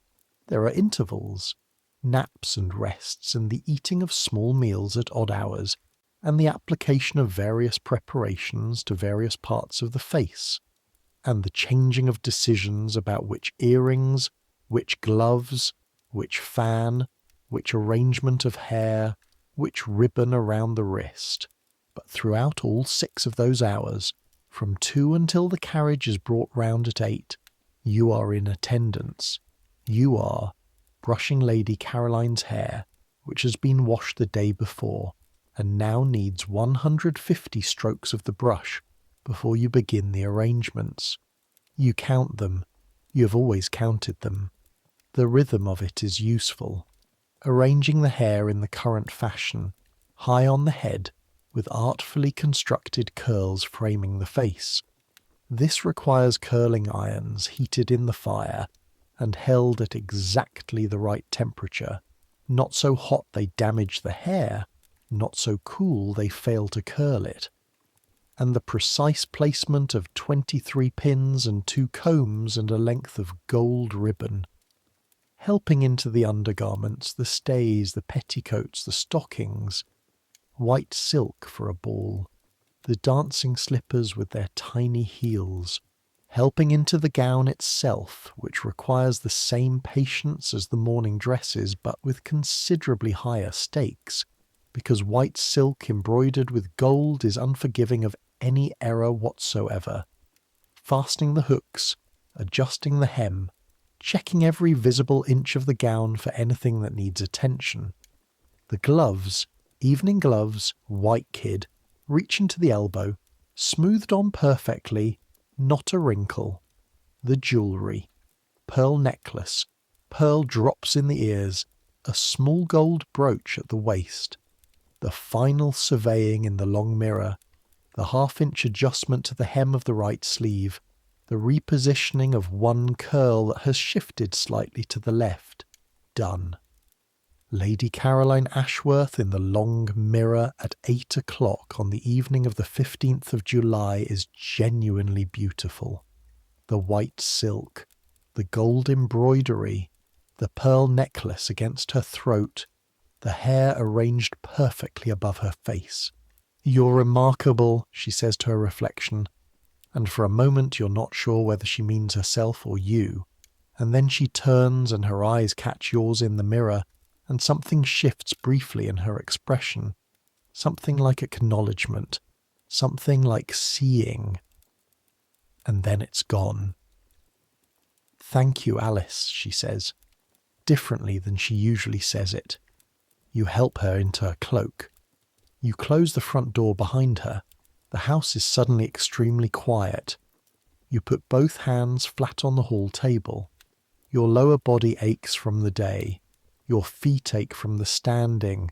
Your hands ache slightly from the curling irons and the press of the pins. And underneath all of that, the particular exhaustion of having performed at full capacity for 6 hours while running the background calculation. The flannel holding, the belt secure, the preparation doing its work, your face doing its work, everything holding for 6 hours.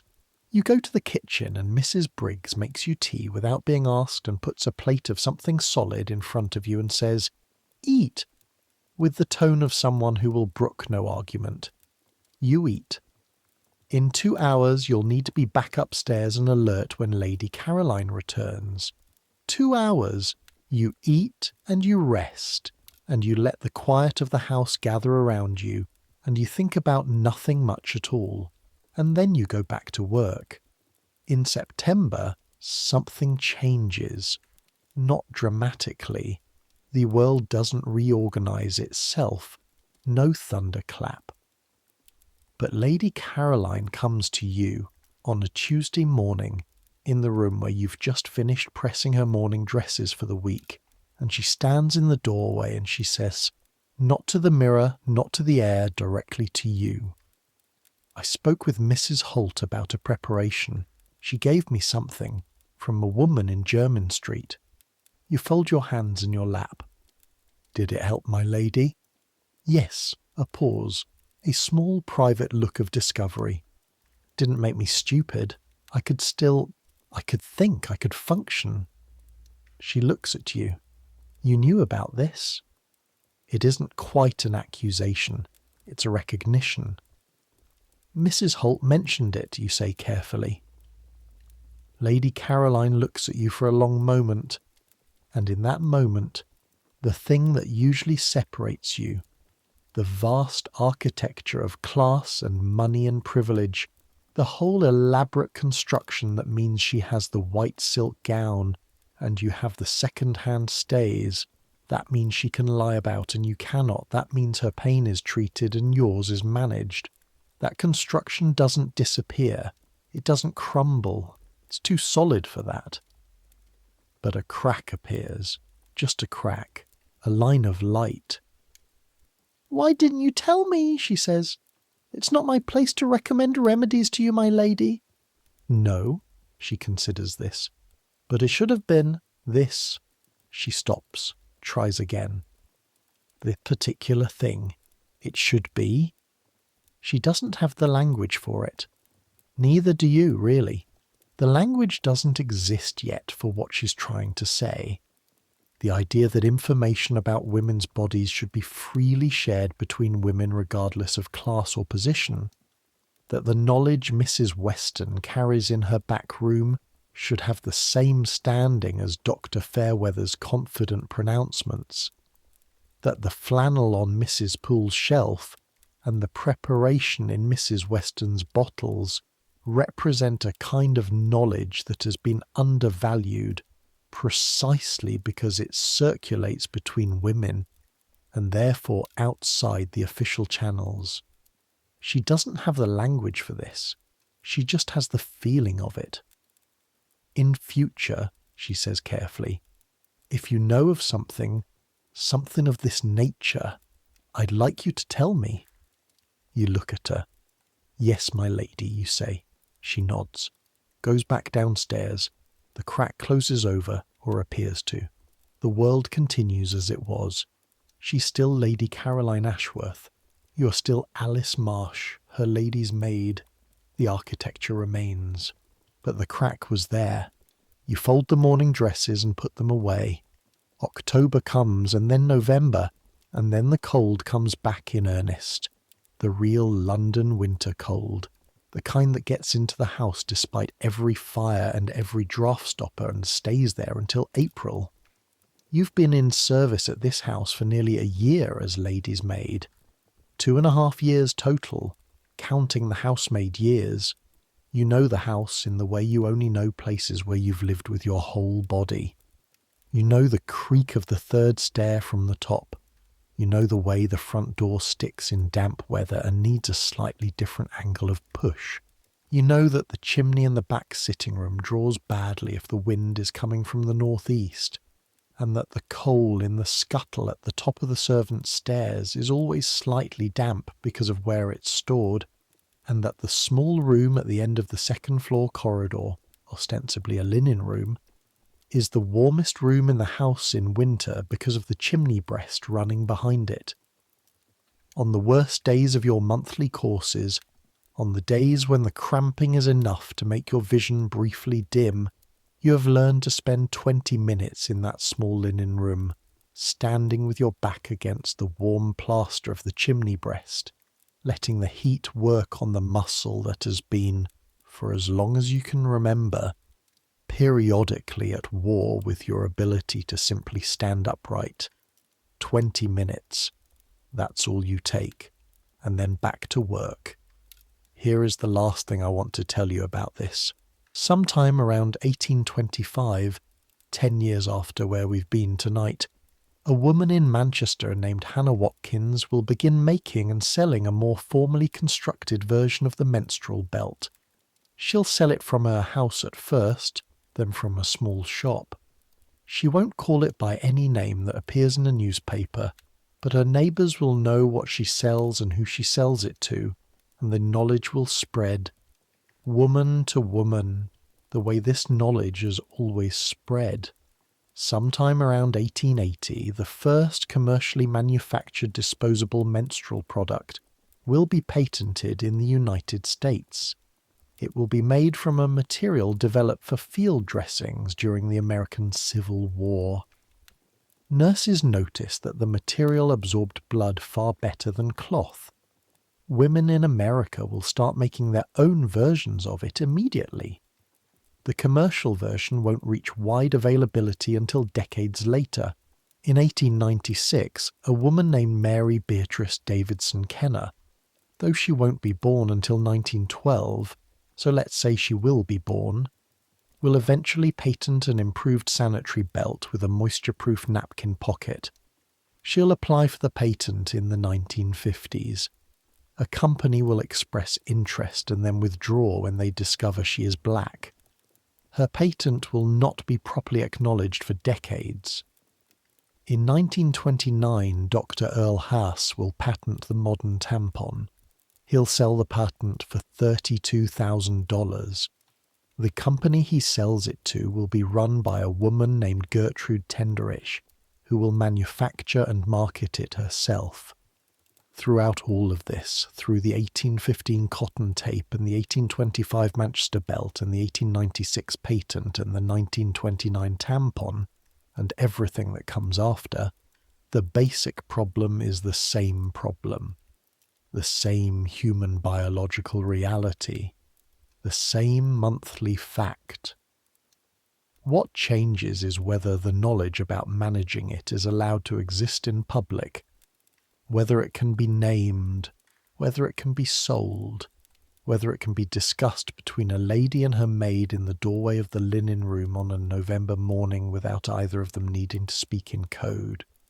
What's happening in 1815 is the code, the flannel on the shelf, the preparation from the back room, the crack bark and pennyroyal and the woven linen belt, the knowledge waiting to be loud. In the attic room on Grosvenor Street, in the last month of your first full year as lady's maid, you lie on your straw mattress and you look at the crack in the ceiling, the running dog. You've stared at it so many times that it has become a kind of landmark, your landmark. The way sailors navigate by stars, you navigate every morning by the crack in the ceiling. It tells you where you are, grounds you to this place. Outside, London is settling into its November version of itself, colder, darker. The fog's coming in off the river more frequently now. The famous London fog, thick yellow coal smoke and river damp mixed into something that sits on the streets like a physical weight, that turns the air a strange brownish colour and makes the morning light look perpetually like late afternoon. You don't mind the fogs. In the fogs the city becomes a different place. Quieter, the sounds muffled, the shapes of buildings emerging out of the yellow-grey air slowly, like thoughts. Everything closer and further at the same time. Nell is asleep across the room. The house is quiet below. You think about the year, the 17 balls and the 6 assemblies at Elmax and the week in Bath and the day in March when you woke up on this same mattress and reached under the loose floorboard for the wooden box and began the same calculation that every woman in this house begins one morning out of every 4. The flannel, the tape, now replaced by the better belt from Jermyn Street. The preparation in the dark green bottle that does its work without fogging your head. The cup of chamomile and ginger from Mrs. Briggs, who has it ready now without being asked. The flannel on Mrs. Poole's shelf, restocked without comment. The seamstress at Madame Bonheur's. the one straightening up for just a moment with her hand on her lower back, that one look across the room. Mrs. Holt in the back sitting room, her voice barely above a murmur. Third door left of the stationer's. Lady Caroline in the doorway of the linen room in September. It should be. This particular thing. It should be. Should be what? You don't have the word yet. Neither did she. But you know what she meant. You know it in the bone-deep way. You know things that you haven't learned from books, because books haven't gotten around to writing this down yet. The thing should not be secret. The knowledge should not have to hide in back rooms and servants' halls and whispered conversations in the corner of morning calls. The flannel should not have to live under a loose floorboard.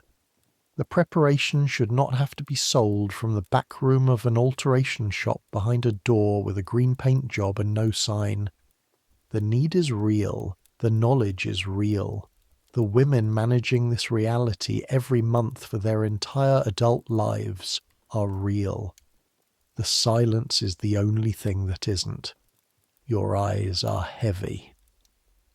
Outside, the November fog sits on Grosvenor Street and muffles the city.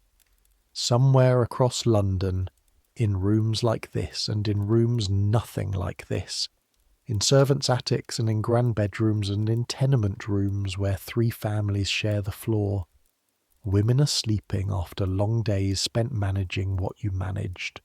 Or they're not sleeping yet. They're lying in the dark with the same low ache, the same dull background note, the same calculation running. What do I have? What do I need? How do I get through tomorrow?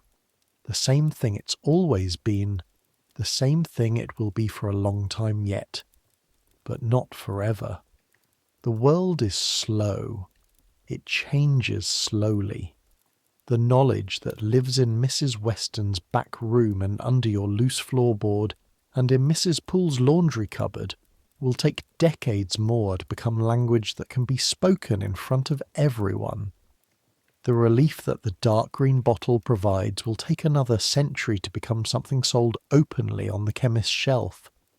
But it will get there, gradually, incrementally, woman to woman, generation to generation, each one passing what she knows to the next. The crack in the ceiling is your running dog. You close your eyes. The sounds of the city come and go. The fog muffles everything.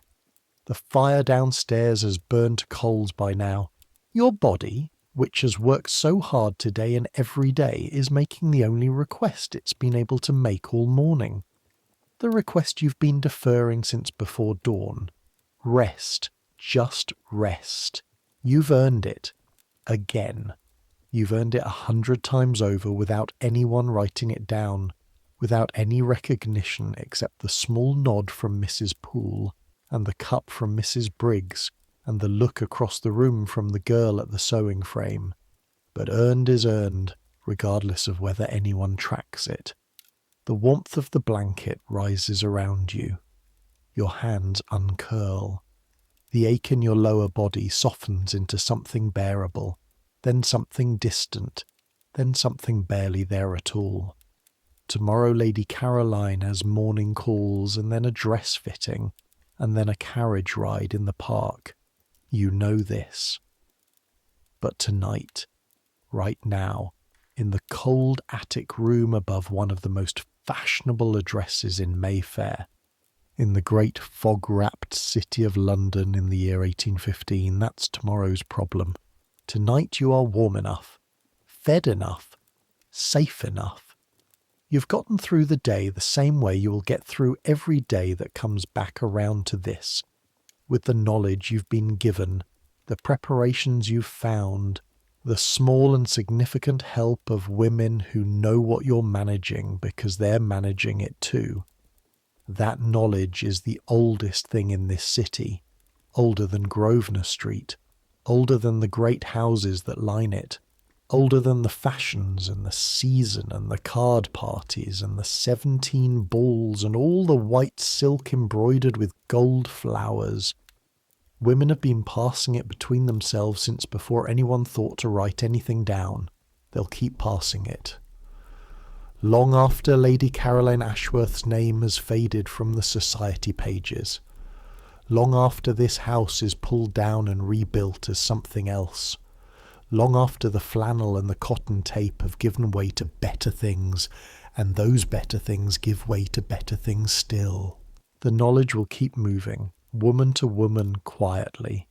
The way warmth moves through stone, you sink into sleep, the city breathes around you, and somewhere across London and across the centuries, half the human race gets through another day. Good night. But let me go back. Let me go back to the beginning of that first year, before the summer season, and before Mrs. Weston, and before the September morning when Lady Caroline stood in the doorway and said it should be. Let me go back to March, to the weeks after that first difficult day, because there is more to tell about how the city worked and what it looked like from the position you occupied in it, and I haven't shown you enough of London yet. London in 1815 is approximately 1 million people packed into a space that would struggle to accommodate half that number comfortably. Comfortable, of course, is a relative term, and mostly applies to the minority occupying the Mayfair addresses and the Grosvenor squares, while the majority manages in ways that range from cramped to impossible. You know your corner of it, Grosvenor Street, the immediate neighbourhood, the route to Bond Street and back. But there is more. There is always more city. You discover this on the Thursday in late March when Mrs. Poole sends you on an errand that takes you considerably further from Grosvenor Street than your usual rounds. The laundress, she says, without looking up from the accounts. Mrs. Hawkins on Chapel Street. Lady Caroline's evening chemises were left with her last week, and they're needed for the Cavendish dinner on Saturday. Go and collect them, and while you're there, settle the account. Here. She holds out a small leather purse without looking at you. You take the purse. Settle the cap on your head. Put on your cloak. Chapel Street is not far on a map. In the geography of London in 1815, distance is not measured in blocks or miles, but in the nature of what lies between you and your destination. Between Grosvenor Street and Chapel Street lie the more fashionable end of Mayfair, then the edge of Mayfair where the fashionableness begins to thin and the houses get slightly narrower, then a street that is technically still Mayfair but begins to smell of the alley behind it, then a crossing where the hackney carriages pool waiting for fares and the drivers shout at each other about something, then a narrower street with a market on one side and a row of shops on the other, then an even narrower street that appears to specialise in second-hand goods, and then Chapel Street itself, which is a street of tradespeople and small services. You walk it all. You've been in London for over 2 years, but you've been mostly in the bubble of Grosvenor Street and its immediate environs, the routes to Bond Street, to the Park, to the fashionable addresses Lady Caroline calls on. This walk takes you one layer deeper, and the difference is considerable.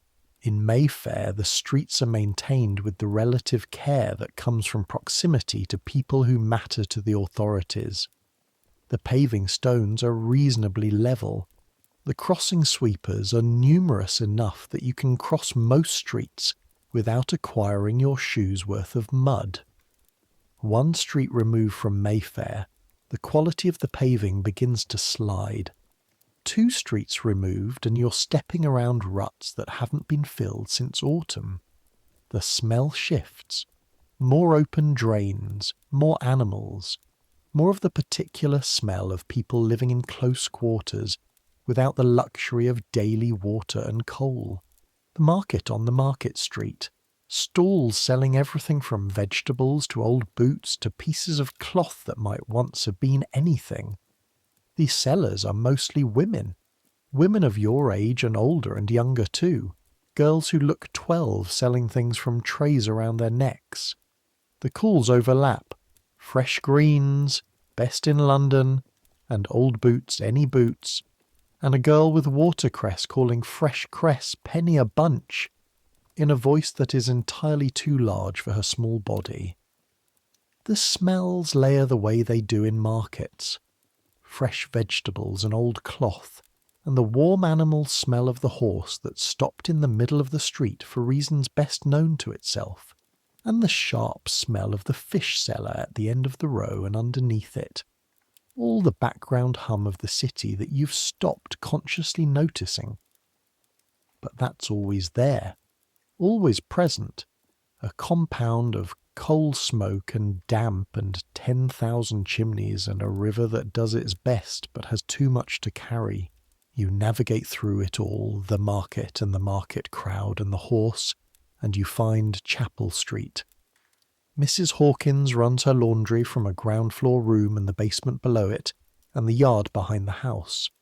The sign above the door is simple: Hawkins, fine laundering. The smell reaches you before you reach the door.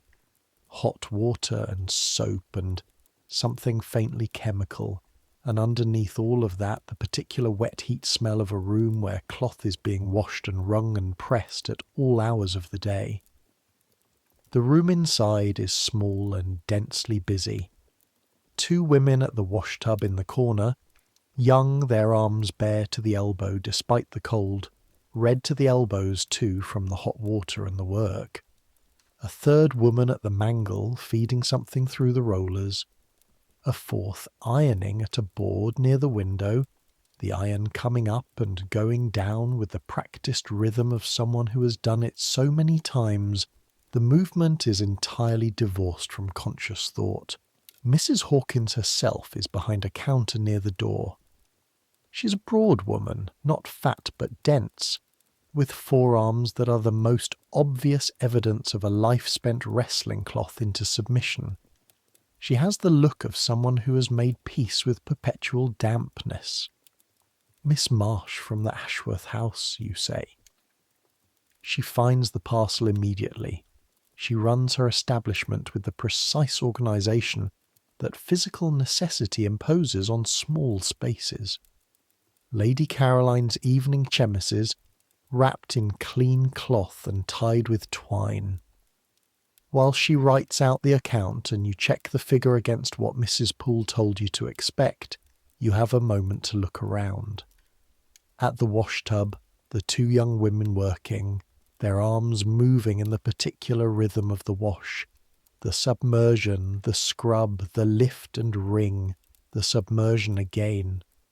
The water in the tub is a pale brownish grey. The soap smell is strong. Their faces are red from the steam. One of them catches you looking.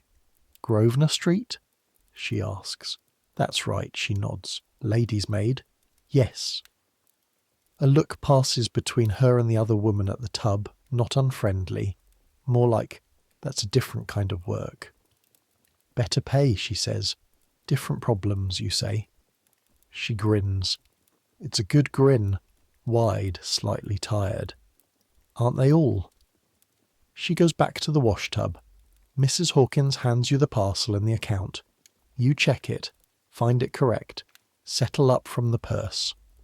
1 moment, Mrs. Hawkins says. She goes to the back of the room. You hear a brief exchange. Something about a bundle, about it being ready. She returns with the smaller parcel, wrapped more simply than the chemises, in plain cloth. This came with the Ashworth laundry, she says. She sets it on the counter, rinsed and ready. She says it neutrally, entirely neutrally. You could read it as referring to anything.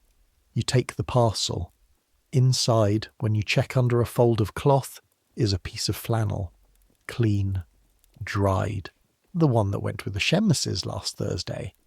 You know, because it's yours, and because you recognise the particular wear pattern of something that has been washed many times. Mrs. Hawkins is already attending to someone else. This, also, is the system. The laundress sees the cloth when it comes in with the household linens. She knows what it is. She treats it as she treats everything else. Washed, dried, returned. She does not comment.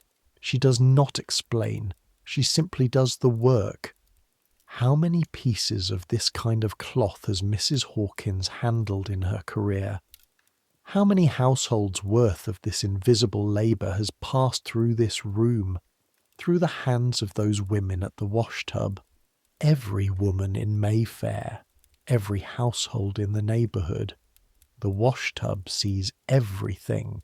You walk back with the 2 parcels, the chemises for Lady Caroline, the returned flannel for yourself, and you go slightly the long way because the day is, despite the cold, not actively raining, and you want another few minutes outside. The street you take goes past a row of houses that face the street with a confidence that says, "We were once better than this." The stucco on the facades is cracked. The railings are rusted. The windows are clean in an effortful way, the kind of clean that costs time rather than money. These are the houses of people who have less than they did and are determined not to show it. The woman on the top step of the middle house, sweeping the step with a broom, creating the appearance of a maintained property, glances at you. She's about 30, respectable dress, slightly worn. Her hair is contained under a cap that has been carefully repaired at one corner where it was coming undone. She's sweeping a step, and she is, you notice from the careful way she holds herself, in some discomfort. Not pain, necessarily. More the particular held quality that you recognise in yourself on certain days. She doesn't look at you long enough for it to become a look. She goes back to sweeping. You go back to Grosvenor Street. But you carry the image with you. The step, the broom, the cap with its careful repair, the held quality of her body. Managing, always managing. Every class, every income, every kind of day. The same management happening quietly, everywhere. The laundry problem is one of the things nobody writes about, and I want to spend a moment on it because it's more complicated than you might think. When you were at home, in Wiltshire, in your mother's house, the washing happened on Mondays, at the pump in the yard, with the same frequency and the same basic method that washing had happened for centuries. Your mother washed everything together, the shirts and the aprons and the household linens and everything else. She did it herself, or she did it with your help. The drying happened in the yard or in front of the fire, depending on the weather. Privacy was not required because privacy was not possible. In a small house with a small household, everyone knows the reality of what gets washed. This is simply the truth of domestic life. In a grand house in Mayfair, the situation is more complex. The laundress, Mrs. Hawkins or whoever handles the Ashworth linens, collects from the house on Thursdays. She returns the previous week's clean linens, takes the soiled ones. She washes everything in her own premises and returns it the following week. This means anything that needs to be laundered goes out of the house, which means it passes through other hands, which means for anything that has any particularity about it, there is a question of discretion. Mrs. Hawkins is discreet. This is part of what you pay her for. Not explicitly, not in any conversation, but laundresses who cannot be discreet do not retain the custom of Mayfair households, and laundresses who retain Mayfair custom understand the economics of this. But it means that you cannot simply add your personal items to the household laundry without a kind of invisible negotiation. The flannel goes with the laundry because it goes with the laundry, rinsed first in the privacy of the water closet on the second floor, then wrapped in something, then tucked into the laundry bundle in a way that is neither hidden nor obvious, in the way that many things in a house of this size are managed, through the shared understanding of people who do this work and have always done this work. This particular understanding doesn't need to be articulated. The younger women in the household, the kitchen maids, the housemaids, deal with the matter more simply. They wash their own things in the servants' hall or in the kitchen at off hours, when privacy is easier to maintain. Nell washes her own linens on Sunday mornings when the kitchen is quiet. You have done this too. The small quick washing at the basin in the water closet. The drying that happens over the back of a chair in the attic room when Nell is elsewhere. The tucking of things out of sight when they need to be out of sight. The management of this piece of the problem takes, across the month, perhaps 2 extra hours. 2 hours of additional work, washing and drying and arranging, that happens alongside everything else, absorbed into the already full schedule of your duties, unacknowledged and uncounted. 2 extra hours, every month, for every woman in this house, multiplied across every house in Mayfair, multiplied across every street in London, multiplied across centuries. The hours are astronomical. The labour is immeasurable. The accounting of it has never been done and won't be done for a very long time, and even when it is done the number will be staggering and will be largely ignored because the people who do the accounting will not know what to do with a figure that large, applied to a subject that remains uncomfortable. In the meantime, the water closet, the quiet Sunday morning, the attic room with the door not quite closed, the flannel, clean and dried, returned with the household laundry by Mrs. Hawkins, that's all. That's enough to keep going. Dr. Fairweather comes to the house in April. Lady Caroline has been tired. More tired than usual, she says. A bone-deep tiredness that she attributes variously to the demands of the season, to the weather, to something she ate at the Petworth dinner that disagreed with her. It's probably all of these things. It's probably also simply the reality of being a woman in 1815 who is expected to maintain a full social calendar regardless of the monthly cycle that runs parallel to it, taking approximately 5 days of each month to make itself felt and leaving the other 23 for recovery, preparation and performance. But you don't say this. Dr. Fairweather arrives at 11 on a Tuesday. He is 32, well-dressed, confident in the way of men who've been trained that confidence is a medical tool in itself. He has a black bag and a pleasant manner, and he takes Lady Caroline's pulse with the careful attention of someone performing a ritual whose significance lies partly in its own performance. You are not present for the examination. Lady Caroline is examined in her room while you wait in the dressing room next door with the door ajar, close enough to be called if needed, and far enough away to be not there. What you hear? Dr. Fairweather asks Lady Caroline about her symptoms. She describes the tiredness. He asks about her appetite, her sleep, her digestion. He asks, with only a slight change in vocal tone, whether her courses are regular. Yes, she says, regular, but uncomfortable. Uncomfortable, he says, as if this is a word that requires gentle management. He has a way of treating the word uncomfortable as if it were a slightly hysterical exaggeration of a minor inconvenience. He recommends more rest, less social engagement during the relevant days. Iron tonic, cold baths. You hear Lady Caroline's voice lift slightly at this in what might be protest.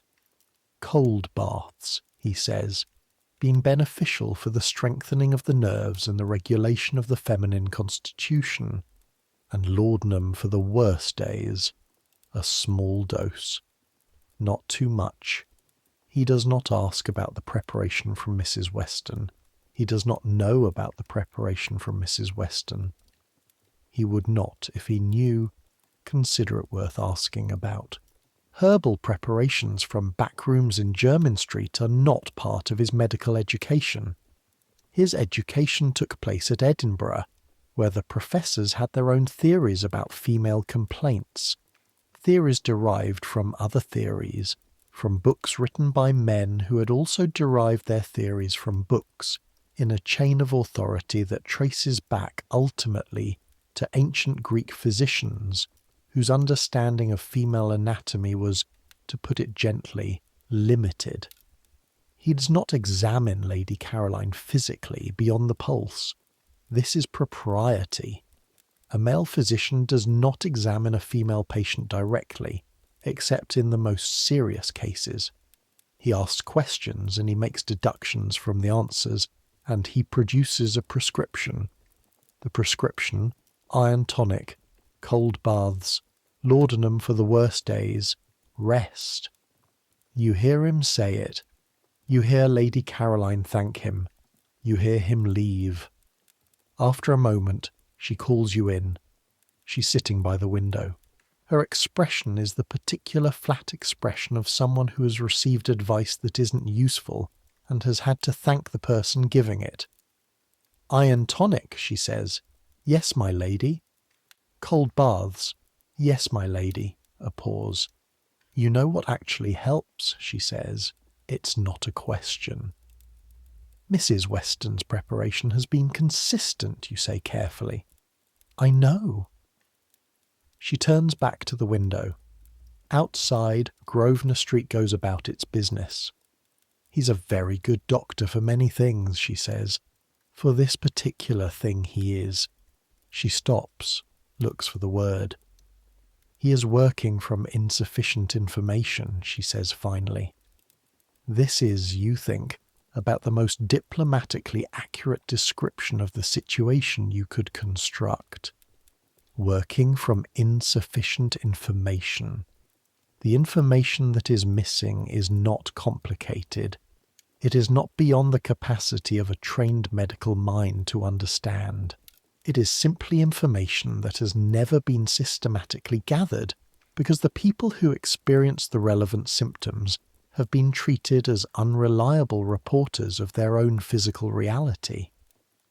What a woman says about her own body has historically been received with a certain skepticism, not by other women, not by Mrs. Poole or Mrs. Briggs or Mrs. Holt or Mrs. Weston, but by the official medical establishment, whose default assumption is that women's perceptions of their own pain are calibrated by hysteria or anxiety or the general tendency of the female nervous system toward instability.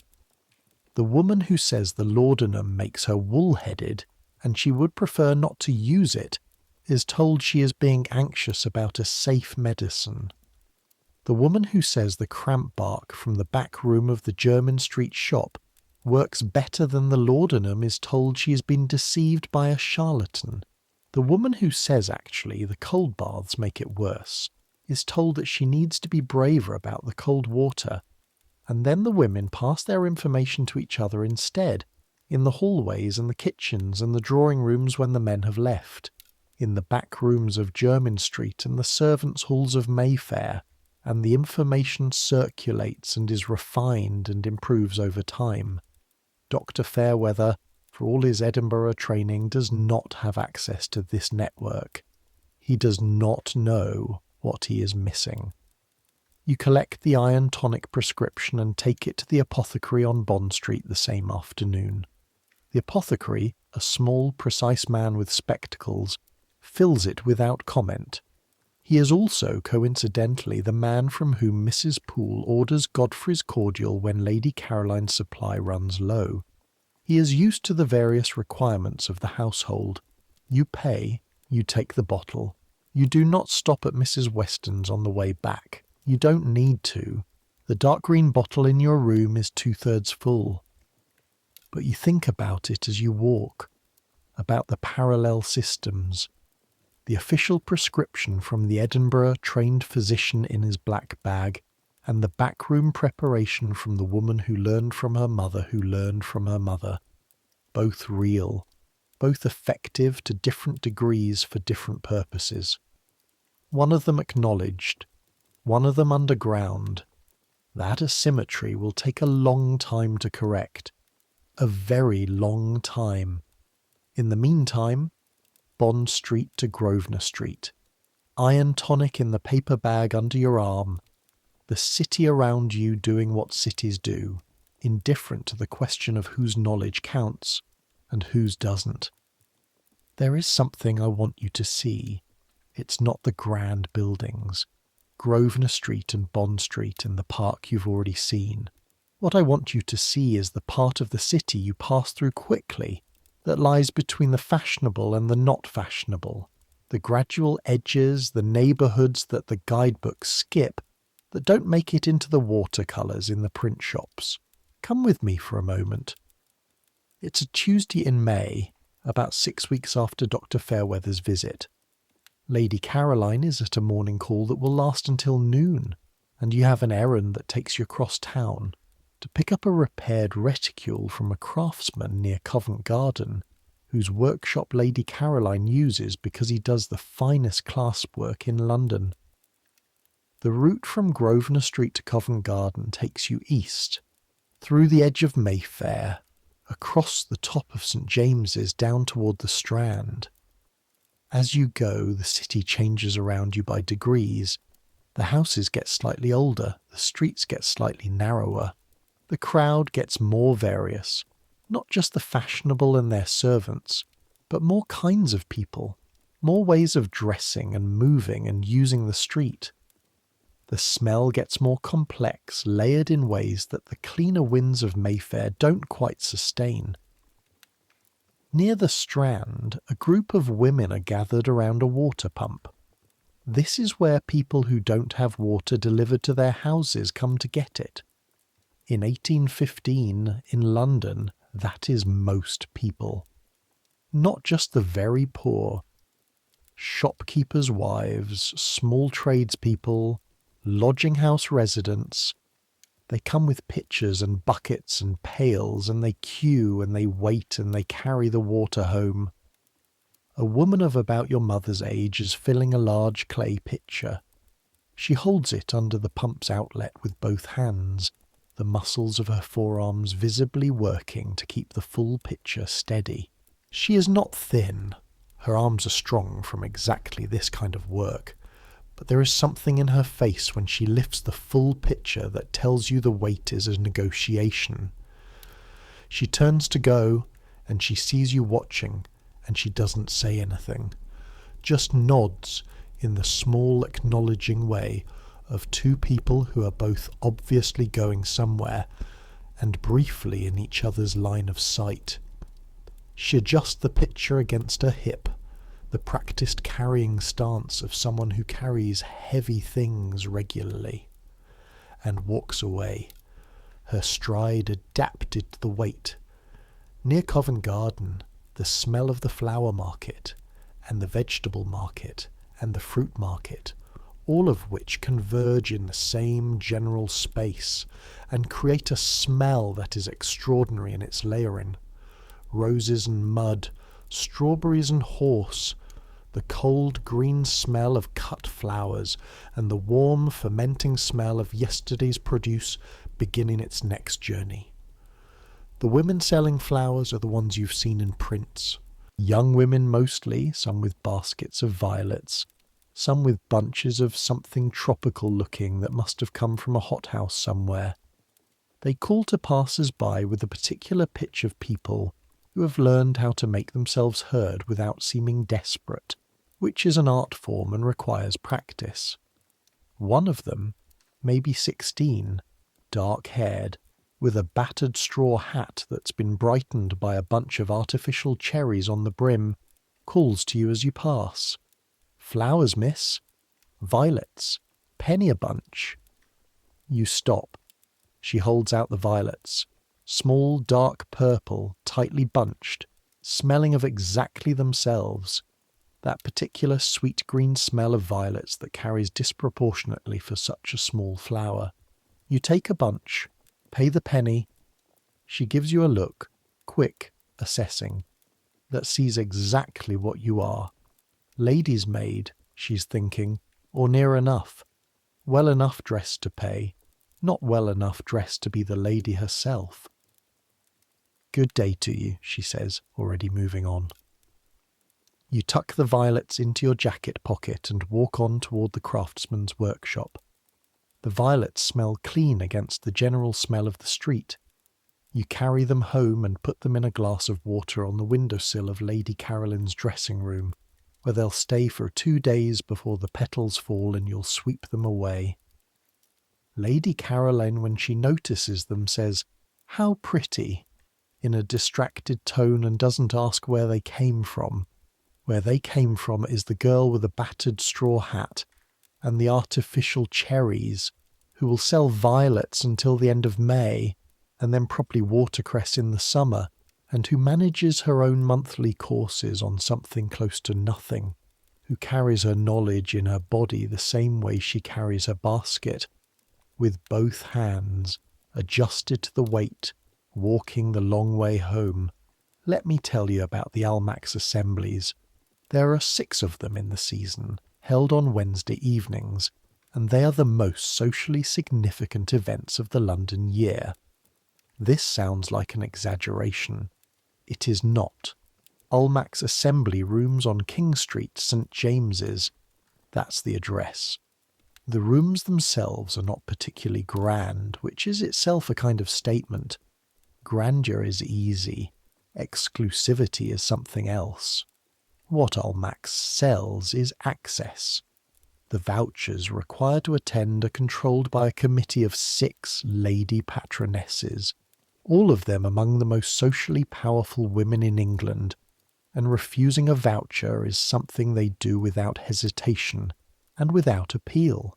The Duke of Wellington, the man who just beat Napoleon at Waterloo, the most famous military commander in Europe, essentially a national hero, once appeared at Almack's in trousers rather than the required knee breeches, and was turned away at the door. Turned away. The Duke of Wellington. This is the world you are navigating on the fringes of. Lady Caroline has her vouchers.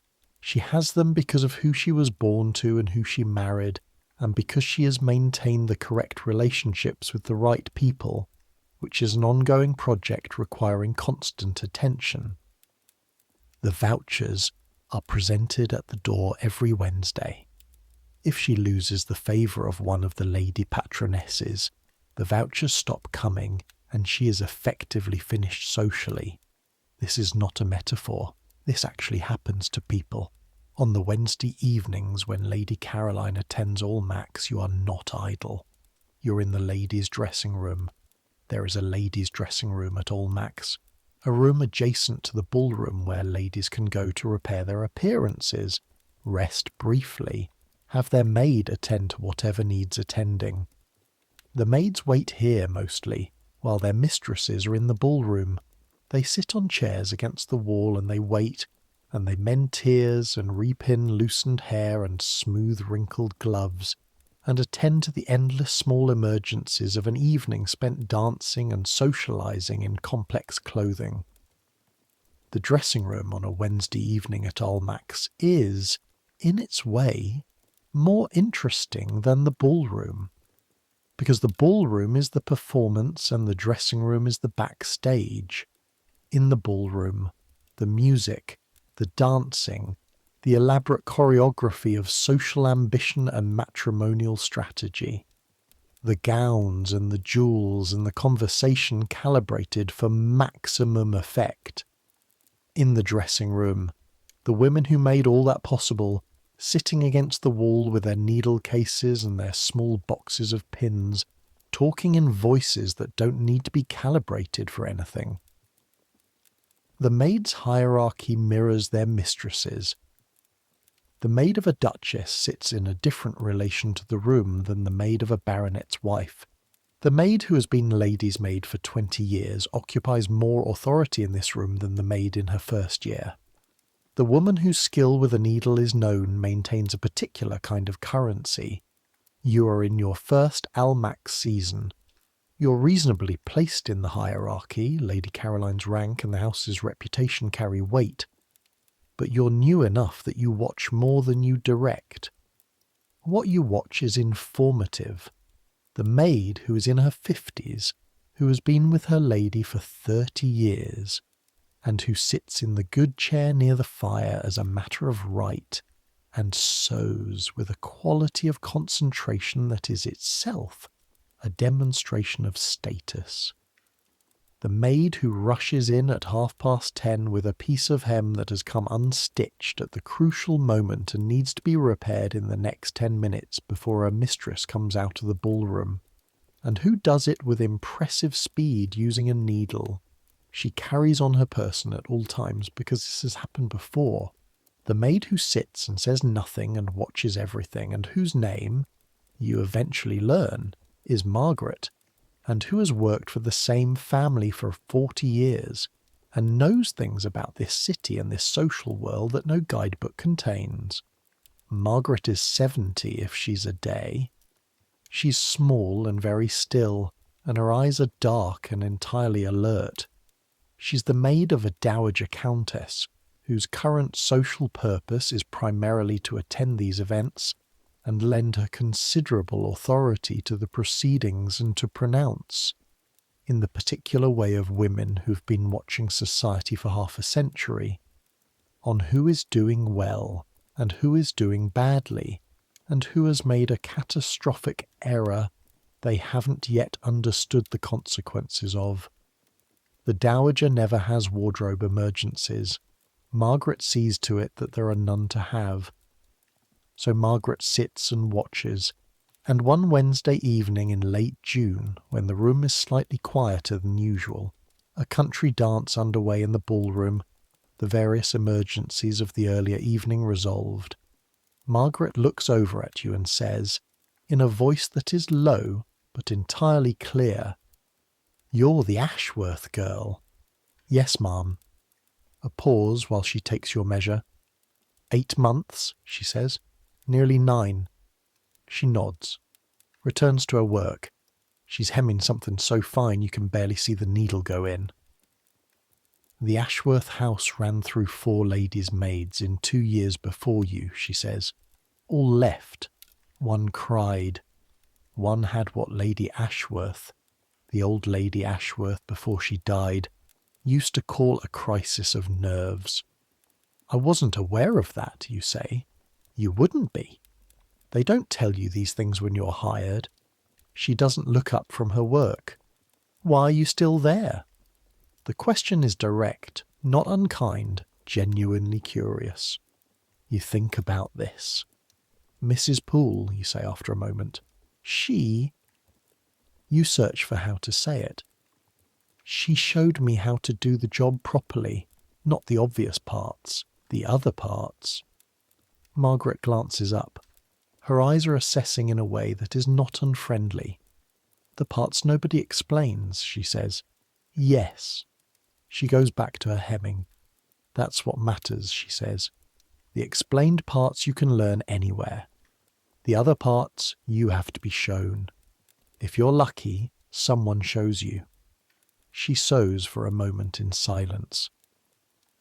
"Lady Caroline isn't a difficult woman," she says then, not as a reassurance, but as a piece of information. She doesn't see things easily, what's not directly in front of her. You'll find in time that this makes her easier to serve than the ones who see too much." "In what way?" you ask. "A woman who sees too much notices when you're managing something, and then feels obligated to either help or feel guilty, and neither of those is comfortable for anyone." She makes a small, precise knot and cuts the thread. "A woman who doesn't see too much gives you room to manage your work the way you need to manage it, without her in the way." You think about Lady Caroline, about the way she's settled into not seeing, the way she has learned to receive the assembled version of her world without looking too closely at the machinery. "That's one way to think about it," you say. "It's the practical way," Margaret says. She holds up the hem and examines it in the candlelight, satisfied, apparently. She folds the piece. "How long have you been doing this?" you ask. She looks at you with something that might be the beginning of amusement. "Since you were approximately 3 years old," she says. "Lady Westbourne and I have been together 42 years. She was 19 when I came to her as her maid." He paused. "She's 61 now. I'm more than that." 42 years. You consider 42 years of Wednesday evenings at Almack's, 42 years of the dressing room and the needle case and the watching, 42 years of the monthly management, the cold floor in the morning, the flannel, the preparation, the careful carrying of the private inside the performance of the public. Did you ever? You start and then don't know how to finish. Margaret looks at you and somehow reads the unfinished question. "Did I ever regret it?" she says. "The life? No. I was going to ask. You search. How you managed it. All of it. The long run of it." Margaret is quiet for a moment. She sets her work aside and holds her hands. Small hands. The skin papery and brown spotted with age, but the fingers still remarkably capable looking. In her lap. "You find your systems," she says finally, "early on. The first year is the hardest because you're making them up as you go along, and you don't know yet what will hold and what won't. By the second year you know. By the 5th year the systems run themselves mostly." She pauses. "And you find your people, the ones who know the same things you know and don't need them explained. Mrs. Poole sounds like, for you. For me it was..." She names a woman whose name you don't recognise, clearly someone long since gone. "And the woman above the glove shop in King Street, and the cook in the house 2 doors from Lady Westbourne. We never talked about any of it directly, but we knew. And knowing that other people know is..." She stops, finds the word. "It's sufficient. It's what gets you through the week." The music in the ballroom shifts. A waltz. Someone in the dressing room comes in with a torn flounce and requires immediate attention. The conversation is over. But you carry it out with you when the evening ends. The 42 years, the systems, the people, the sufficient knowing that other people know. That could be you. That might actually be you. Winter comes back. Not the March cold of the beginning of this story. Something harder. November, then December, then January. The fog sits on the streets for days at a time. The coal smoke adds to it until the air is the colour of old bronze and you can barely see the houses on the opposite side of Grosvenor Street from the front window. Inside the Ashworth house the fires burn from morning until after midnight. The coal costs more than Mrs. Poole likes, and she records the expenditure with a particular precision of someone making a point without saying it. You receive a letter from your mother in Wiltshire. It comes in with the morning post, addressed in the careful hand of someone who writes infrequently enough that each letter is an event. The letter says, "Your sister is well. The harvest was middling. Your father's rheumatism is worse in the cold. Your mother is well. The Hendersons have had a new baby. Old Mr. Brierly has finally died. Nothing much changes here," she writes, and you know she means this as comfort. The village enduring, the seasons turning, the same faces at the same windows. Nothing much changes here. You read it in the servants' hall before your day begins. Mrs. Briggs has set the breakfast things.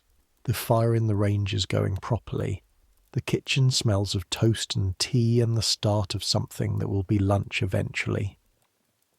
You fold the letter and put it in your pocket. Your mother, in her 30 years of monthly management, used nothing but what she had at hand. Cloth. Whatever herbs she could grow or gather. The hot stove wrapped in flannel, held against the belly at night. The cup of something warm, getting through it the way she got through everything else. Steadily, without drama. because there was work to do and drama wouldn't help.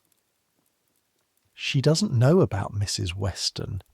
She doesn't know about the cramped bark in the dark green bottle.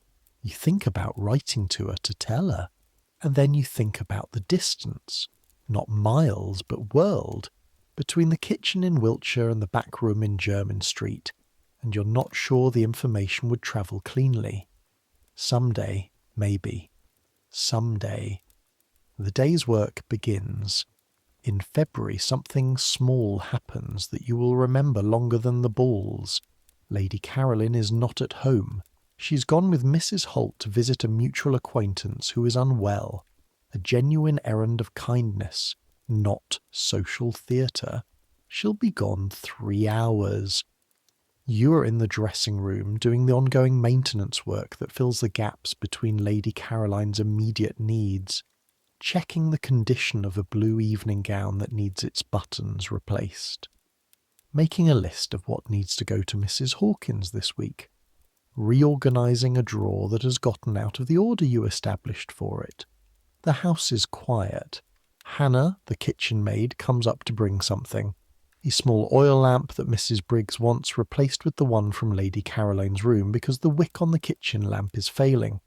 She makes the exchange and is leaving when she stops at the door. "Miss Marsh," she says. She's been calling you that since she was promoted from the scullery, and it still sounds slightly formal, slightly careful, the way it sounds when someone is practicing the correct form of address. Hannah. She's 15. She's been in this house for a year. She's small and quick and permanently slightly flour-dusted because she helps with the baking and always has traces of it on her. She looks at the floor for a moment, then at you. "Is it when it's very bad?" she says. "Is there—" She can't quite finish, but you know exactly what she's asking. You look at her for a moment. 15. Small. New to all of this. "Come here," you say. She comes. You sit her down in the chair Lady Caroline uses at the dressing table. Not the good chair, you don't quite do that, but the chair at the side. And you sit across from her, and you tell her about Mrs. Weston.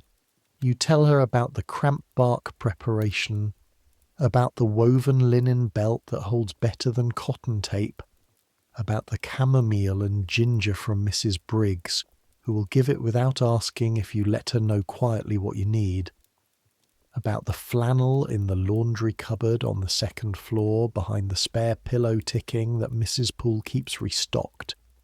You tell her carefully, practically, without drama. She listens with the concentrated attention of someone learning something they urgently need to know. "The bottle from Mrs. Weston," she says when you've finished. "Is it expensive?" "It is. For her wages, it's expensive." "I can share what I have until you can get your own," you say. She looks at you. It's a look you'll remember. The quick, startled look of someone who has been offered something they weren't expecting and isn't quite sure what to do with it. "Thank you," she says, very quietly. "It's what you do," you say, which is true, which is in fact the only way this knowledge survives and moves and finds its way to the people who need it. You give it when you have it to give. She goes back downstairs. You go back to the inventory of the blue evening gown. Outside, February London does its February things, cold and grey and relentless. The carriage horses are blanketed. The crossing sweepers earn their money. The house is quiet around you. And somewhere in the servants' hall below, Hannah is processing information that was given to her mother without being given to her, and will keep it, and will someday give it to someone else, and so it will go. That's all. That's the whole of the story in a way. The green bottle from Mrs. Weston's back room, the flannel on the shelf, the cup of chamomile and ginger from Mrs. Briggs, the woven linen belt, passed forward every time. In 1815 London, the things a woman needs to know to survive her own body are not written in any book that a woman like you would easily access. The books that exist are mostly written by men, for men, about women as objects of medical study, rather than as people managing practical problems. The knowledge that matters, the working knowledge, the knowledge that's been tested by 10,000 women over 10,000 monthly cycles, lives in the back rooms and the servants' halls and the kitchens and the letters between mothers and daughters. It is, in every sense of the word, underground. But underground is not gone. Underground is just waiting for the moment when it can come up into the light. The year completes itself. Then another year begins and completes itself too. Here is what 2 years look like in compressed form. Spring again. Lady Caroline's wardrobe requires the full seasonal transition. The wool morning dresses put away in lavender, the lighter muslins brought out, the whole complex reorganisation of 37 day dresses and 14 evening gowns, and the various additions that the current season will require. You do this with the efficiency of someone who knows exactly what they're doing now. The lavender bundles, the muslin wrappers for the delicate things, the cedar chips for the moths, the list of what needs replacing, what needs repair, what needs Madame Bonheur. 2 hours. Done. Summer again. The season at full speed. 17 balls becomes 21 balls because Lady Caroline's social position has, if anything, improved over the past year. Her husband has returned from Vienna with a degree of diplomatic success that has raised the household standing, and she is in demand in ways that require even more of you. You manage it. You sleep less. You work more. The systems run themselves, as Margaret said they would by the 5th year. You're only in your 2nd, but you can already see the shape of it, and once a month the same calculation. But the calculation is faster now, smoother, less consuming of the precious mental space you need for other things. Mrs. Weston's preparation, Mrs. Poole's flannel shelf, Mrs. Briggs's chamomile. The architecture of support has become as familiar as the architecture of the house itself. Autumn and winter. A Christmas when Lady Caroline goes to her parents' country house for 3 weeks and takes you with her, and you sleep in a different attic above a different set of stairs, and look at a different ceiling and miss the crack shaped like a running dog with a feeling that is almost homesickness. Spring again. You're 21 now. The girl from Wiltshire who flinched at every noise in the first weeks is not entirely gone. You can still find her when something new or strange catches you off guard. But she's not in charge anymore. The person in charge is someone who knows how to negotiate with suppliers, how to manage a wardrobe of 37-day dresses, how to read the room at Almack's, how to stand in a back sitting room for 4 hours while the cramps come and go without her face doing anything her face shouldn't do. Someone who knows things that aren't in the books. That's a different kind of education, a different kind of knowledge. You've earned it. And then one evening in the spring of your 3rd year, you're in the servants' hall after supper, and Mrs. Poole says, not looking up from her accounts, Lady Caroline mentioned today that she would like to recommend you to a friend. You look at her. The Northcott household, she says. Lady Northcott. She's looking for a lady's maid. Lady Caroline gave her your name. A pause. The Northcott household, you say. Grosvenor Square. Larger establishment than this. 3 daughters. The eldest is coming out next season. Mrs. Poole makes a notation. It would be a significant advancement. You sit with this. Grosvenor Square. Larger house. Better wages, presumably. 3 girls coming into society, which means 3 times the work of the kind of work you're best at now.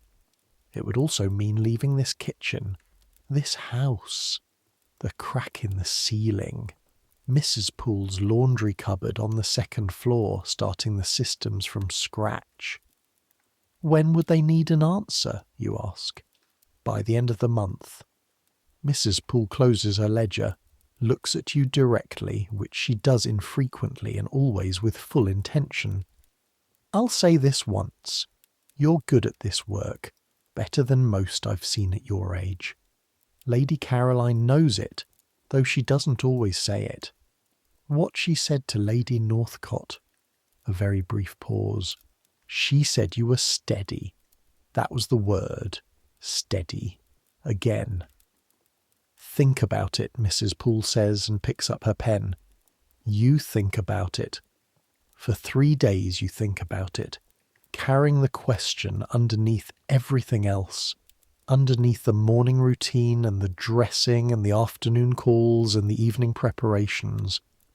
On the 3rd day, coming back from an errand to Bond Street, you take the longer route past Jermyn Street. 3rd door left of the stationer's. The green door. You push it open.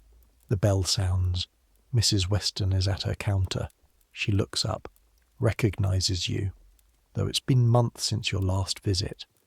The dark green bottle from your last purchase lasted a long time, used carefully. Miss Marsh, she says. Mrs. Weston.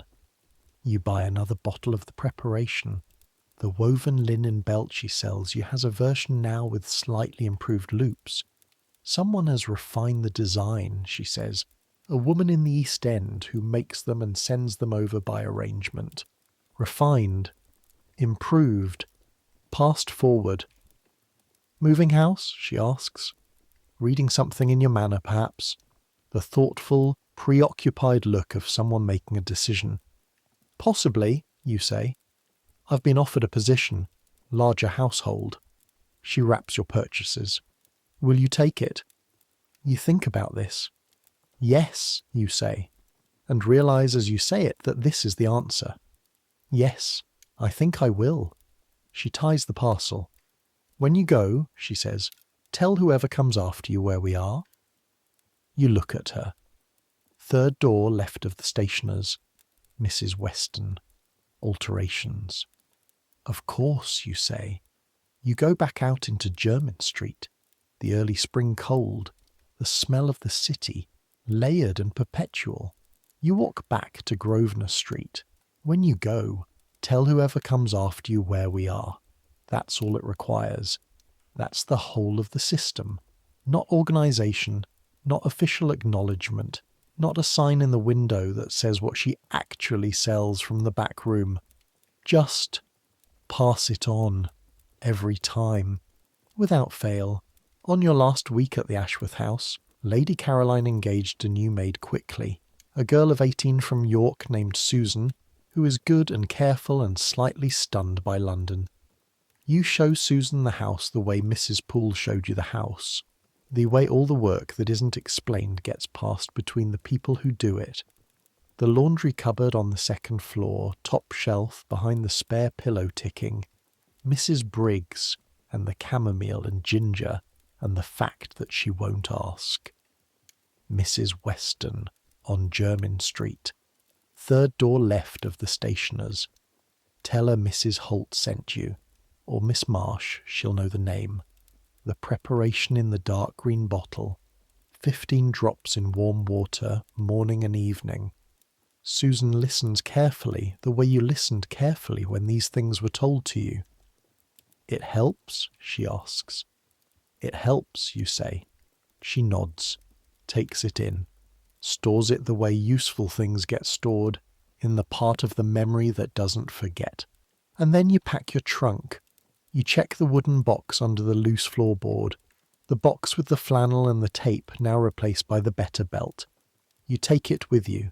You stand for a moment in the attic room, the crack in the ceiling, the running dog, upper left corner.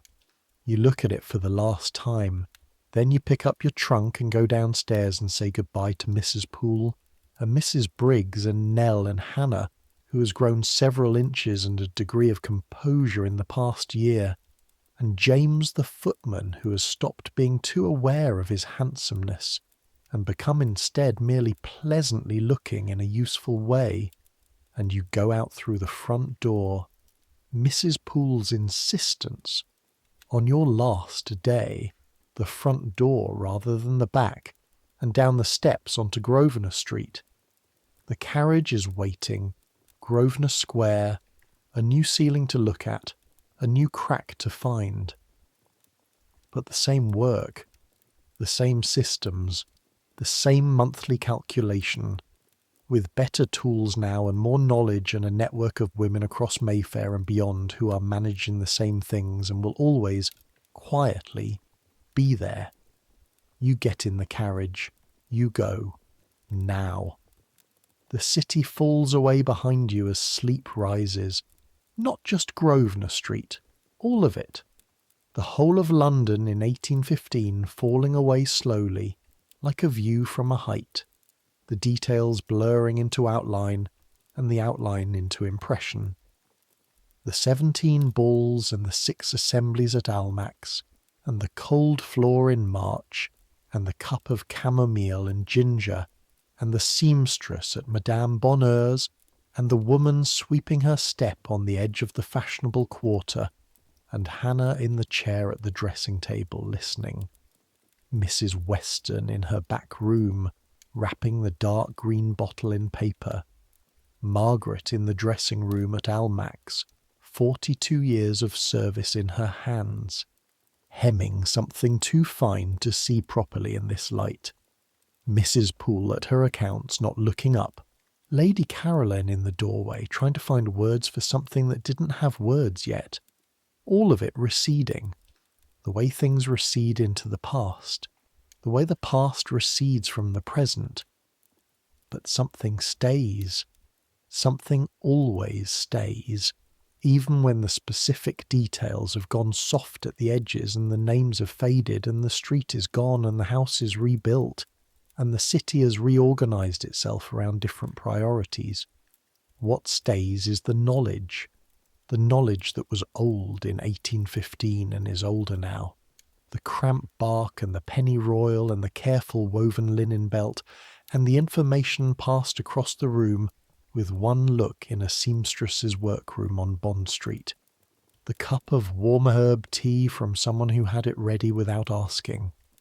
The flannel on the shelf that doesn't need explanation.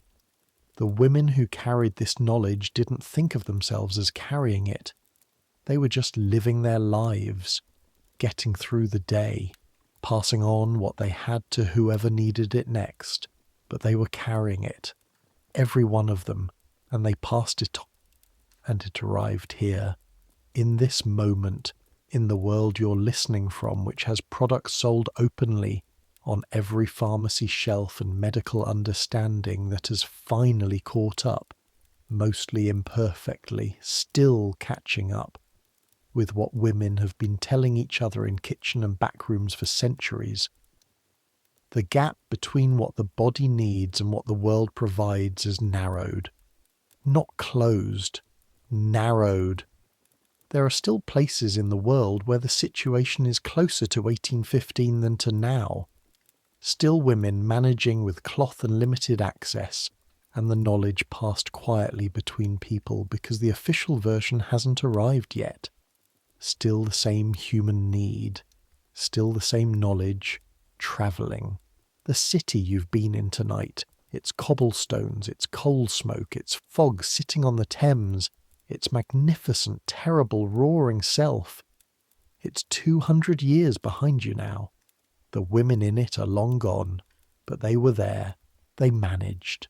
Every month for their entire adult lives, in the cold and the dark and the performance of it all, they managed.